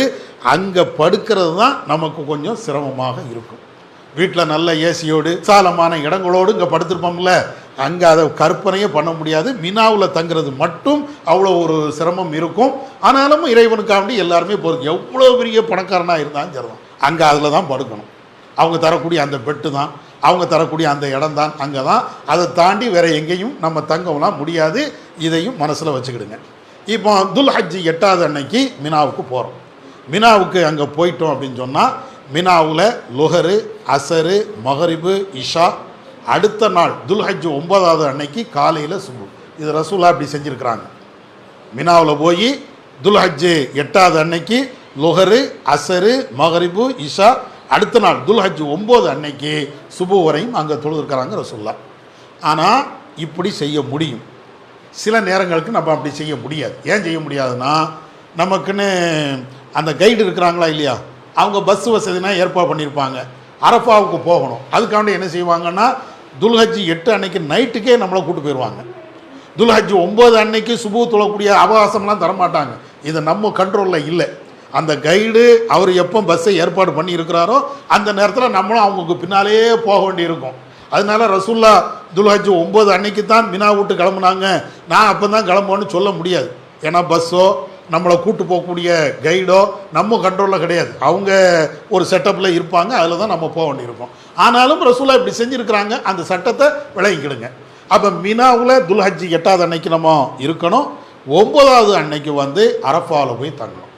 ரசூல்லா அரஃபாவில் தங்குறது தான் ரொம்ப வலியுறுத்தி சொல்லுவாங்க. அல் ஹஜ்ஜு அல் அரஃபா, ஹஜ்ஜி என்றாலேயே அரஃபாவில் தங்குறது தான் அப்படிம்பாங்க. துல்ஹஜ் 8 அன்னைக்கு மினாவில் தங்கணும், 9 அன்னைக்கு பகலில் அரஃபாவில் தங்கணும். அரஃபாவில் தங்கி என்ன செய்கிறது? வெறும் துவாவும் திக்ரும் தான். பிரத்யோகமாக எந்த இபாதத்தையும் ரசூலா சொல்லிலாம் தரல. அந்த இடத்துல உட்காந்து திக்ரு செய்கிறது, துவா செய்கிறது. அடுத்து அந்த அரஃபாவில் ரசூலா உரை நிகழ்த்தினாங்க. நம்மெல்லாம் வரலாற்றில் படிக்கக்கூடிய மிக முக்கியமான ஹஜ்ஜத்துல் விதாவுடைய உரை அப்படின்னு சொல்லி ரசூல்லா இறுதி ஹஜ்ஜின் போது செய்த உரை அப்படின்னு நம்ம கேள்விப்படுறோமா இல்லையா? அதே மாதிரி இப்போவும் அங்கே அரஃபாவில் மசு நமீரா அப்படிங்கக்கூடிய ஒரு பள்ளிவாசல் இருக்கிறது. அந்த பள்ளிவாசலில் இப்போவும் உரை நிகழ்த்துவாங்க. துல்ஹஜ் 9 அன்னைக்கு லோகர் நேரத்தில் உரை நிகழ்த்துவாங்க. பெரிய ஸ்பீக்கர்லாம் வச்சுருப்பாங்க. அந்த உரையும் நம்ம கேட்கலாம். அப்போ இந்த அடிப்படையில் துல்ஹஜ் 9 அன்னைக்கு அரஃபாவில் தங்கணும், மகரிப் வரையும் தங்கணும். அங்கேயே வந்து அசரையும் லொஹரையும் அசரையும் ரசூல்லா ஜம்மு பண்ணியும் தொழுதுருக்கிறாங்க. எங்கே? அரஃபாவில் லொஹரையும் அசரையும் ஜம்மு பண்ணி ரசூல்லா தொழுதுருக்கிறாங்க. அப்போ அந்த தொழுகையை நிறைவேற்றிட்டு துவாவும் திக்ரும் தான். ஆனால் நம்ம ஊரில் இருந்து போகக்கூடிய நிறைய பேர் இங்கே இருந்து ஆலிம் சாக்களையெல்லாம் கூட்டு போய் அரஃபாவில் அவ்வளோ அநியாயம்லாம் பண்ணுறாங்க. பார்த்துட்டு ஏன் இபாதத்து விஷயத்தில் இவ்வளவு அலட்சியமாக இருக்கிறாங்க அப்படிங்கக்கூடிய கேள்வி தான் நமக்கு எழுகிறது. என்ன செய்கிறாங்கன்னா, தேவையில்லாத திக்ருகள், தேவையில்லாத என்னெல்லாமோ சொல்லி கொடுக்குறாங்க. கடைசி நம்ம ஊரில் இருந்து போகக்கூடிய ஆலிம்ஸா நம்ம ஹாஜிகள் எல்லாத்தையும் கூட்டு வச்சு இன்னையோடு உங்களுக்கு ஹாஜி என்ற பட்டமும் தரப்படுதுன்னு அதையும் கொடுத்துட்டு போகிறாங்க. அங்கே இதெல்லாம் இஸ்லாத்தில் இல்லை. அல்லாஹ்வுக்காண்டி நம்ம ஹஜ்ஜி செய்ய போயிட்டு இதெல்லாம் நம்மளுக்கு தேவையா? அதையும் நீங்கள் மனசில் வச்சுக்கிடுங்க. ஆனால் அரஃபாவுல தங்குவது மிகப்பெரிய ஒரு இபாதத்து. அங்கே தங்கி நம்ம செய்யக்கூடியது திக்ரும் துவாக்களும். எல்லா மக்களுக்கும் துவா செய்யலாம், நமக்கும் துவா செய்யலாம். இதுதான். இப்படி அரஃபாவில் துல்ஹஜ் 9வது அன்னைக்கு தங்கணும், ஏறத்தாழ மகரிப் வரையும். மகரிபில் நீங்கள் அங்கே தங்கி மகரிப் வரையும் இருந்துட்டு மகரிப்பு அரஃபில் தொழக்கூடாது. சூரியன் மறைகிற வரையும் அங்கே இருந்துட்டு அதுக்கு பின்னாடி அங்கே இருந்து கிளம்பி மகரிப்பு தொழாமலேயே அப்படியே கிளம்பி நேராக முஸ்தலிஃபாவுக்கு வரணும். அரஃபா எங்கே இருக்குது, முஸ்தலிஃபா எங்கே இருக்குது, கவலையே படாதீங்க. எல்லா மக்களும் நம்மளுக்கு உதவி செய்கிறதுக்கு நிறைய பேர் இருப்பாங்க. வாங்க, போய்கிட்டே இருக்க வேண்டியதுதான். சில பேர் வாகனத்தில் போவாங்க, சில பேர் நடந்தும் போவாங்க. நடந்து போகக்கூடிய ஆட்கள் பின்னாலேயே போய்கிட்டே இருக்க வேண்டியதுதான். அல்லது வாகனத்தில் கூட்டு போகக்கூடிய ஆட்கள் வாகனத்திலேயே கூட்டு போவாங்க. அவங்க சொல்லபடி நம்ம போய்கிட்டே இருக்கலாம். நமக்கு எங்கே அரஃபா இருக்கும், எங்கே முஸ்தலிஃபா இருக்கும், எங்கே மினா இருக்கும் தெரியாது தான். ஆனால் கரெக்டாக கொண்டு போய் சேர்த்துருவாங்க. அதனால் அதை பற்றி நம்ம கவலைப்பட தேவையில்லை. துல்ஹஜ் 9 அன்னைக்கு அரஃபாவில் மகரிப் வரை இருந்துட்டு அங்கே இருந்து நேராக கிளம்பி முஸ்தலிஃபாவுக்கு வரணும். அரஃபாவும் முஸ்தலிஃபாவும் நீங்கள் பார்த்தீங்கன்னா இதை மாதிரி டெண்டுனா இருக்காது, ஓப்பன் ஏரியா. சில இடங்களில் மரங்கள் வச்சுருப்பாங்க, அவ்வளோதான். சரியா? 1-2 இடங்களில் ஷாமியானா போட்டு வச்சுருப்பாங்க. அதுவும் அரஃபாவில் கடுமையான வெயிலாக இருக்கிறதுனால கொஞ்சம் நிழலுக்காக வேண்டி சில ஷாமியானா போட்டு வச்சுருப்பாங்க. அங்கங்கே நம்ம இருந்துக்கலாம். சரியா? மற்றபடி எல்லாமே ஓப்பன் ஏரியா. ஏசியும் பார்க்க முடியாது, டெண்ட்டையும் பார்க்க முடியாது, ஒன்றையுமே பார்க்க முடியாது, கட்டாந்தரம் தான். இப்போ அங்கே இருந்து அரஃபாவில் இருந்து அப்படியே கிளம்பி முஸ்தலிஃபாவுக்கு வந்துட்டோம் அப்படின்னு சொன்னால் முஸ்தலிஃபாவில் ரசூல்லா மகரிபையும் இஷாவையும் ஜம்மு பண்ணி தொழுகிறாங்க. எங்கே? முஸ்தலிஃபா என்ற இடத்துல மகரிபை இஷாவையும் ஜம்மு பண்ணி தொழுதுட்டு நபி அவர்கள் அப்படியே அங்கே படுத்து உறங்குவாங்க. இப்போவும் அதே தான். அந்த இடத்துல நீங்கள் பார்த்தீங்கன்னா வெறும் தரை தான். சில இடங்களில் மரங்கள் இருக்கும், சில இடங்களில் வந்து கொஞ்சம் செடிகள் இருக்கும், அவ்வளோதான். பேசாமல் எல்லாருமே தரையில் தான் படுத்திருப்பாங்க. பட்டு மெத்தையில் படுத்தாலும் அங்கே தரை தான். சாதாரண பிளாட்ஃபார்மில் இங்கே படுப்போமா இல்லையா, அவ்வளோக்கும் அங்கேயும் பிளாட்ஃபார்ம் தான், வெறும் தரை தான். எல்லாருமே எல்லாருமே கையில் ஏதாவது பெட்ஷீட் வச்சுருப்பாங்களா இல்லையா, அந்த பெட்ஷீட்டை கீழே விரிப்பாங்க, படுப்பாங்க, சுபு வரையும் தூங்குவாங்க. இதுதான் எல்லாருமே. சரியா? அப்போ முஸ்தலிஃபாவில் போய் தங்கணும். முஸ்தலிஃபாவில் துல்ஹஜ் 10 அன்னைக்கு தங்கி முடிச்சுட்டு காலையில் துல்ஹஜ் 10 அன்னைக்கு காலையில் சுபு தொழணும். சுபு தொழுது முடித்ததுக்கு பின்னாடி இங்கே இருந்து புறப்பட்டு மீண்டும் மினாவுக்கு வரணும். அதாவது துல்ஹஜ் 8 அன்னைக்கு மினாவில் தங்குவோம், அங்கே இருந்து புறப்பட்டு துல்ஹஜ் 9 அன்னைக்கு அரஃபாவுக்கு வருவோம். அரஃபாவில் பகல் ஃபுல்லாக இருந்துட்டு மகரிப் வரை இருந்துட்டு மகரிப் பின்னாடி அரஃபாவில் இருந்து கிளம்பி நேராக முஸ்தலிஃபாவுக்கு வருவோம். முஸ்தலிஃபா என்பது துல்ஹஜ் 10வது இரவு. அந்த இரவில் ஃபுல்லாக அங்கே தங்குவோம். துல்ஹஜ் 10வது காலையில் சுபு தொழுது முடித்த உடனே அங்கே இருந்து கிளம்பி மீண்டும் மினாவுக்கு வரணும். துல்ஹஜ் 10, அதாவது நம்ம ஹஜ் பெருநாள் சொல்லுவோமா இல்லையா, அந்த அன்னைக்கு துல்ஹஜ் 10 அன்னைக்கு மீண்டும் மினாவுக்கு வரணும். சரியா? எந்த மினாவில் இருந்து கிளம்பணுமோ அப்படியே மீண்டும் மினாவுக்கு வந்துடணும். ஒரு நாள் மட்டும் அரஃபாவிலையும் முஸ்தலிஃபாவிலையும் தங்கணும். இப்போ துல்ஹஜ் 10 அன்னைக்கு செய்யக்கூடிய சில கிரியைகள், என்னென்ன கிரியைகள் செய்யணும், அதை வருஷப்படியும் செய்யலாம், கொஞ்சம் முன்ன பின்னையும் செய்து கொள்ளலாம். என்னென்ன கிரியைகள் அப்படின்னா, துல்ஹஜ் 10 அன்னைக்கு முதல்ல ஷைத்தானுக்கு கல்லெறிதல். ஷைத்தானுக்கு கல்லெறிதல் அப்படின்னா என்ன, முதல்ல அதை விளங்கிக்கிடுங்க. ஷைத்தானு கல்லெறிதல் அப்படிங்கிறது 3 ஷைத்தானுக்கு கல்லெறியணும் அப்படிங்கிறதெல்லாம் நீங்கள் கேள்விப்பட்டிருப்பீங்க. ஷைத்தான்னா என்ன, அது எப்படி இருக்குதுங்கிறத நீங்கள் பாருங்கள். இப்போ ஷைத்தானுக்கு கல்லெறியக்கூடிய இடம் என்ன இருக்குல்ல, இதுதான் பிரம்மாண்டமான தூணாக தான் இருக்கும். இப்போ நீங்கள் போய் பார்த்தீங்கன்னா இப்படி தான் இருக்கும். ஒரு காலத்தில் ஒரு சின்ன தூண் மட்டும் இப்படி தான் கட்டி வச்சுருந்தாங்க. இப்போ ஒரு 10-15 வருஷமாக இதுதான் பிரம்மாண்டமான தூணாக இருக்கும். நம்ம இந்த மேம்பாலம் கட்டுறதுக்கு தூண் கட்டியிருப்பாங்களா இல்லையா, அதாவது ஒரு சின்ன அளவு தான் இருக்கும். இது அப்படி இல்லை, ஓவல் டைப்பில் இவ்வளவு பிரம்மாண்டமாக தான் இருக்கும். எவ்வளோ பேர் கல் எறியுதாங்கன்னு பாருங்கள். இவ்வளோ பிரம்மாண்டமாக தான் அந்த கல்லெறியக்கூடிய இடம், ஷைத்தானு கல்லெறியக்கூடிய இடம் இப்படித்தான் இருக்கும். சரியா? இப்போ இதில் 3 இடம் இருக்கிறது. இதெல்லாம் கல்லெறியக்கூடிய இடம் தான் இருக்குல்ல, இதுதான் இப்படி தான் இருக்கும். இது நல்ல தெளிவாக இருக்கும். இந்த படத்தை பார்த்தீங்கன்னா நல்ல தெளிவாக இருக்கும். எவ்வளோ பெருசாக இருக்குதுன்னு பாருங்கள். ஃபுல்லாக கல்லெறியக்கூடிய இடம் தான் இது. ஃபுல்லாக ஷைத்தானு கல்லெறியக்கூடிய இடம் இதுதான். இது ஒரு படமாக வரைஞ்சது. 3 ஷைத்தானுக்கு கல்லெறியக்கூடிய இடம். ஒன்று ஜம்ரத்துல் உஸ்தா, அடுத்து ஜம்ரத்துல் குப்ரா, ஜம்ரத்துல் ஊலா அப்படிம்பாங்க. ஃபஸ்ட்டு சின்ன ஷைத்தான், நடு ஷைத்தான், பெரிய ஷைத்தான் இப்படின்னு. இது படம் போட்டு வளர்க்குறது. ஆனால் நீங்கள் கல்லெறியக்கூடிய இடத்த பார்த்தீங்கன்னா இப்படி தான் இருக்கும். 3 ஒரே மாதிரி தான் இருக்கும். 3 இடத்துலையும் கல் எறிகிறதுக்கு இதே மாதிரி தூண், பிரம்மாண்டமான தூணாக தான் இருக்கும். சரியா? வித்தியாசத்தை எல்லாம் நீங்கள் பார்க்க முடியாது. ஆனால் ஒவ்வொரு இடத்துலையும் போர்டு வச்சுருப்பாங்க. இது சின்ன ஷைத்தான், இது நடு ஷைத்தான், இது பெரிய ஷைத்தான் அப்படின்னு போர்டு வச்சுருப்பாங்க. நான் வச்சுருக்கலாங்களே, ஜம்ரத்துல் உஸ்தா, மிடில் ஜம்ரா, இது நடு ஷைத்தான் அப்படின்னு சொல்லிட்டு இந்த போர்டு இருக்கும். ஆனால் கல்லெறியக்கூடிய இடத்த நீங்கள் பார்த்தீங்க அப்படின்னு சொன்னால் எல்லாமே இதே மாதிரி தூணாத்தான் இருக்கும். வித்தியாசம் தெரியாது. முதல் ஷைத்தானாக இருக்கட்டும், 2வது ஷைத்தானாக இருக்கட்டும், 3வது ஷைத்தான், இந்த 3 இடமும் ஒரே மாதிரி தான் இருக்கும். ஆனால் போர்டு வச்சுருப்பாங்க. நீங்கள் போர்டை வச்சு இது முதல் ஷைத்தான், 2வது ஷைத்தான் அப்படின்னு விளங்கிக்கலாம். இது ஒன்று. அடுத்து இந்த துல்ஹஜ் 10 அன்னைக்கு ஷைத்தானுக்கு கல் எறிகிறதாக இருந்தால் ஒரே ஒரு ஷைத்தானுக்கு தான் கல் எறிவாங்க. துல்ஹஜ் 10 அன்னைக்கு ஷைத்தான் கல் எறியணும். 3 ஷைத்தானுக்கும் எறிகிறது அல்ல, ஒரே ஒரு ஷைத்தான். அது எதுக்கு? ஜம்ரத்துல் குப்ரா, பெரிய ஷைத்தான் அப்படின்னு சொல்லுவோமா இல்லையா, அதுக்கு மட்டும்தான் கல் எறியணும். எப்போ? துல்ஹஜ் 10 அன்னைக்கு. 11, 12 கல் எறியணும், அது வேற. அது 3 ஷைத்தானு கல் எறியணும். துல்ஹஜ் 10 அன்னைக்கு ஒரே ஒரு ஷைத்தானுக்கு, அதுவும் பெரிய ஷைத்தானுக்கு மட்டும்தான் கல் எறியணும். சரியா? அப்போ துல்ஹஜ் 10 அன்னைக்கு இந்த பெரிய ஷைத்தானுக்கு கல் எறியணும். அது எப்படிங்க நாங்கள் கண்டுபிடிக்கா? 3 ஷைத்தான் இருக்குது, பெரிய ஷைத்தான் எதுன்னு நாங்கள் எங்கே தேடவே வேண்டாம். ஹஜ்ஜை பொறுத்தவரையிலையும் உங்கள் கூட லட்சக்கணக்கான மக்கள் வருவாங்க. முதல் ஷைத்தானுக்குன்னா கல்லெறிய மாட்டாங்க. கரெக்டாக அந்த 3வது ஷைத்தான், பெரிய ஷைத்தான் கொண்ட இடத்துல கொண்டு போய் விட்டுருவாங்க. நீங்கள் அதனால் முதல் ஷைத்தானா 2வது ஷைத்தானா அப்படி கன்ஃபியூஸு, கவலை எதுவுமே தேவையில்லை. சரியா? மக்கள் போகும்போது நீங்களும் சேர்ந்து போனால் கரெக்டாக வந்துடலாம். இப்போ துல்ஹஜ் 10 அன்னைக்கு முதல்ல செய்யக்கூடியது ஃபஸ்ட்டு இந்த ஷைத்தானுக்கு கல்லெறிதல். 2வது உல்ஹியா கொடுக்குதல், குர்பானி கொடுக்குதல். இந்த குர்பானி கொடுக்கறதுங்கிறது வந்து எப்படின்னு கேட்டால், அங்கேயே ஆடுகளை வாங்கி ஒட்டகத்தை வாங்கி நம்மளே அறுக்கவும் செய்யலாம். ஆனால் சமீபத்தில் இப்போ அந்த இதுக்கெல்லாம் தடை விதித்ததாக கேள்விப்பட்டேன் இப்போ போன வருஷம்.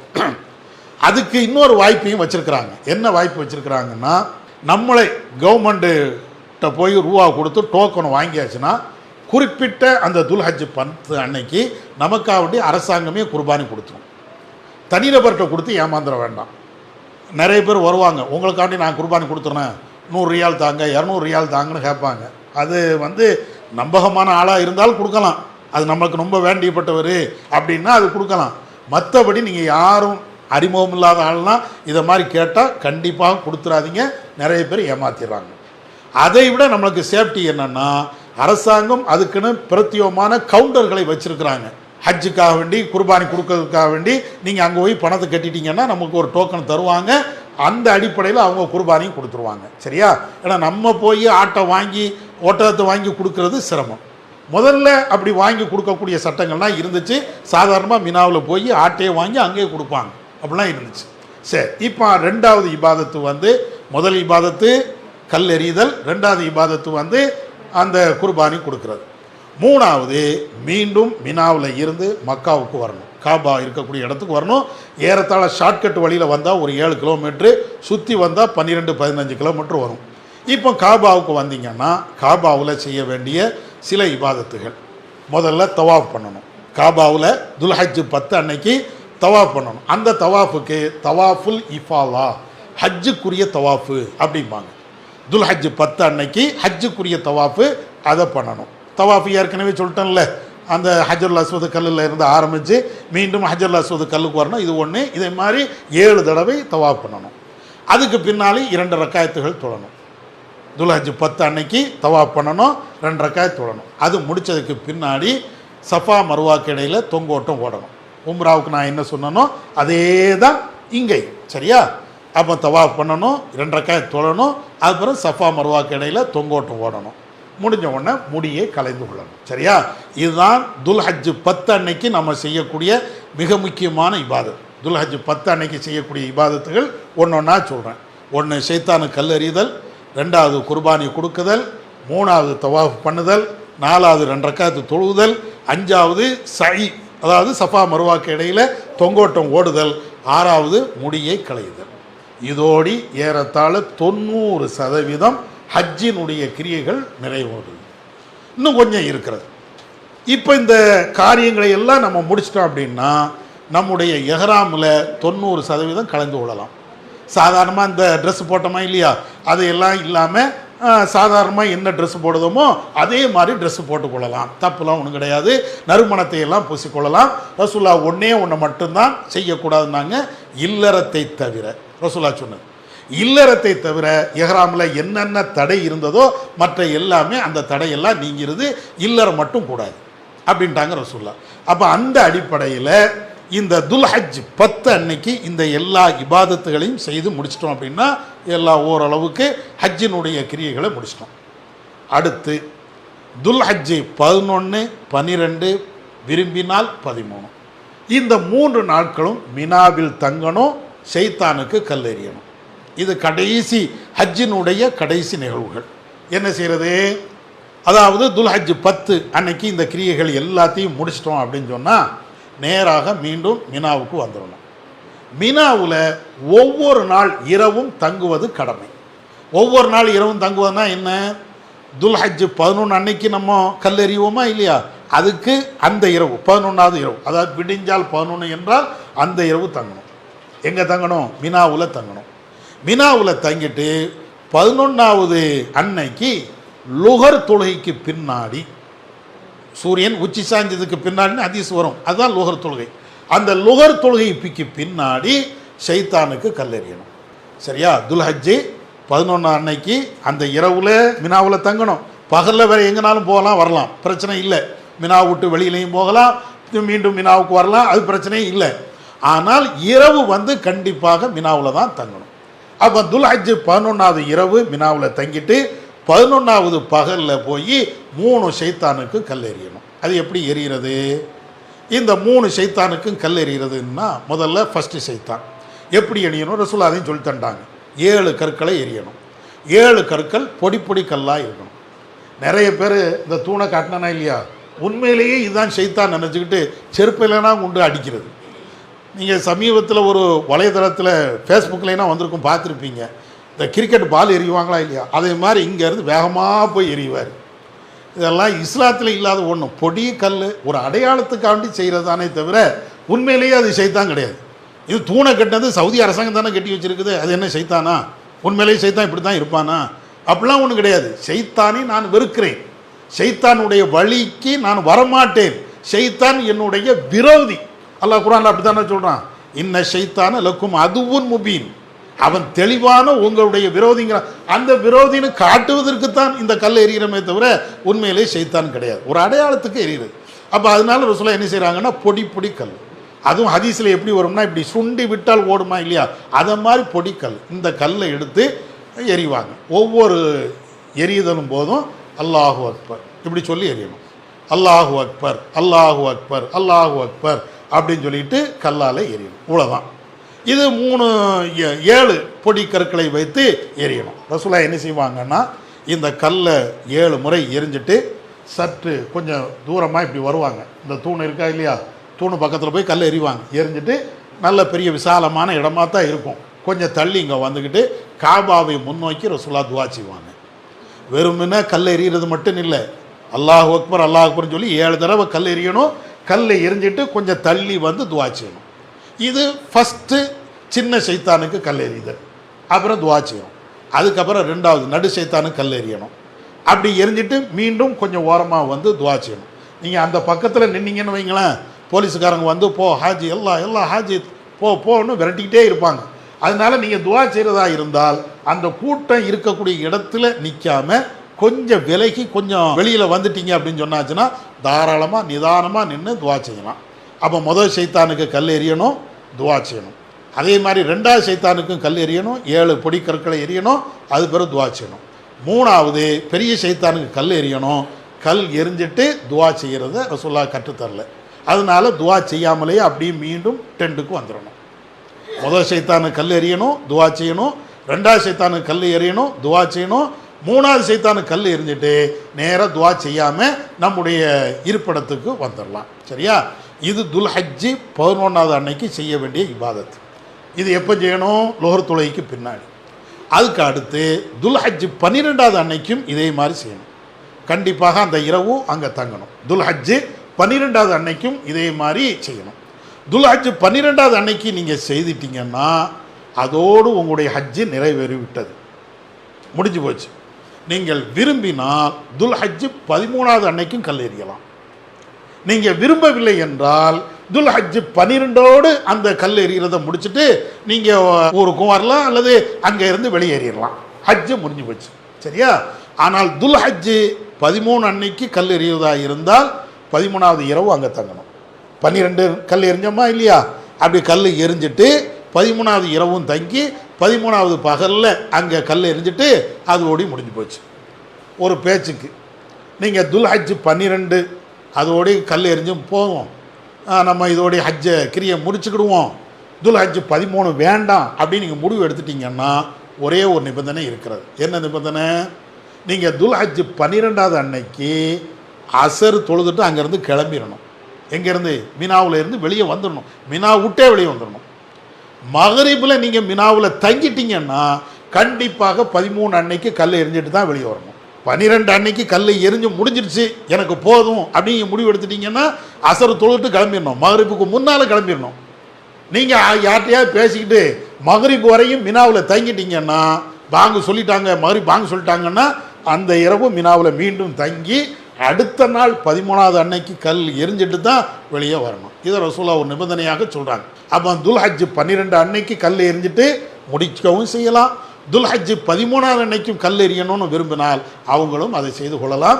இதோடு ஹஜ்ஜினுடைய கிரியைகள் முடிகிறது. கடைசியாக ரசூலுல்லாஹ் இன்னொன்னை செய்ய சொல்லியிருக்கிறாங்க. என்னன்னு கேட்டால், இப்போ ஹஜ்ஜி எல்லாத்தையும் முடிஞ்சிடுச்சு, ஊருக்கு கிளம்புறோம் அப்படின்னு சொன்னால் நபிகள் நாயகம் ஸல்லல்லாஹு அலைஹி வஸல்லம் அவர்கள் தவாஃபுல் விதா, இறுதி தவாஃப், இதையும் ரசூலுல்லாஹ் ஒரு சுன்னத்தாக காட்டி தந்திருக்கிறாங்க. கடைசி நேரத்தில் நமக்கு இதெல்லாம் அவங்க ஹஜ்ஜுக்காண்டி கூட்டு போகக்கூடியவங்க வழிகாட்டுவாங்க. அப்போ இதை மாதிரி எப்போ நம்ம மக்கா விட்டு கிளம்ப போகிறோமோ அந்த நேரத்தில் கடைசியாக ஒரு தவாஃபு செய்யணும். இது யாருக்கு? எல்லாத்துக்கும் கடமை கிடையாது. சில நேரங்களில் மாதவிலக்கு பெண்கள் இருப்பாங்க, அவங்க தவாஃப் பண்ண முடியாது, அவங்களுக்கு விதிவிலக்கு. அவங்க அல்லாத தவாஃபு பண்ணுவதற்கு தகுதி இல்லாத அது மாதிரி மாதவிலக்கோ அல்லது பிரசவத்திட்டோ இருந்தால் அவங்க செய்ய முடியாதுல்ல, அவங்கள தாண்டி பாக்கி எல்லாருமே அந்த தவாஃபில் விதாவை பண்ணுங்கங்கிறாங்க ரசூலுல்லாஹ். கடைசியாக அந்த தவாஃப் முதல்ல நம்ம எப்படி 7 தவாஃப் பண்ணுறோமோ அதே மாதிரி 7 தவாஃப் பண்ணிவிட்டு அங்கே இருந்து விடை பெற்று வர வேண்டும். இதுதான் ஹஜ்ஜு உம்ரானுடைய ஒரு சுருக்கமான ஒரு விளக்கம். இதில் வேறு எதுவும் இதில் டவுட்டு இருந்ததுன்னா கேட்டுக்கிடுங்க. நான் நபிகள் நாயகம் ஸல்லல்லாஹு அலைஹி வஸல்லம் அவர்கள் மினாவில் இருக்கும்போது ஒவ்வொரு வக்தையும் அந்தந்த நேரத்திலேயே தொழுகிறாங்க. இப்போ லுஹருடைய நேரத்தில், அசருடைய நேரத்தில், மகரிபுடைய நேரத்தில் ரசூலுல்லாஹ் இப்படியே தொழுகிறாங்க. அரஃபாவில் மட்டும் ரசூலுல்லாஹ் என்ன செய்கிறாங்கன்னா லுஹரையும் அசரையும் ஜம்மு கசர் பண்ணுறாங்க. அதே நேரத்தில் நம்ம பயணியாக இருப்பதின் காரணத்தினால மினாவில் இருக்கும்போது நம்ம லுஹருடைய நேரத்தில் தொழலாம், கசர் பண்ணி தொழலாம். அசருடைய நேரத்தில் தொழலாம், கசர் பண்ணி தொழலாம். நம்மளுக்கு அந்த சலுகை இருக்கிறதுனால, அதனால் நபி அவர்கள் கற்றுத்தந்தது அவங்களுக்கு பயணமாக இருந்தாலும் கூட லுஹருடைய மினாவில் இருக்கும்போது லுஹருடைய நேரத்தில் தான் தொழுகிறாங்க. அரஃபா முஸ்தலிஃபாவில் போகும்போது தான் ஜம்மு பண்ணி தொழுதுருக்குறாங்க. மினாவில் இருக்கும்போது அந்தந்த நேரத்தில் அவங்க அந்தந்த வக்திலேயே அந்தந்த தொழுகை தொழுதுருக்குறாங்க. அல்லாஹு அக்பர், அல்லாஹ்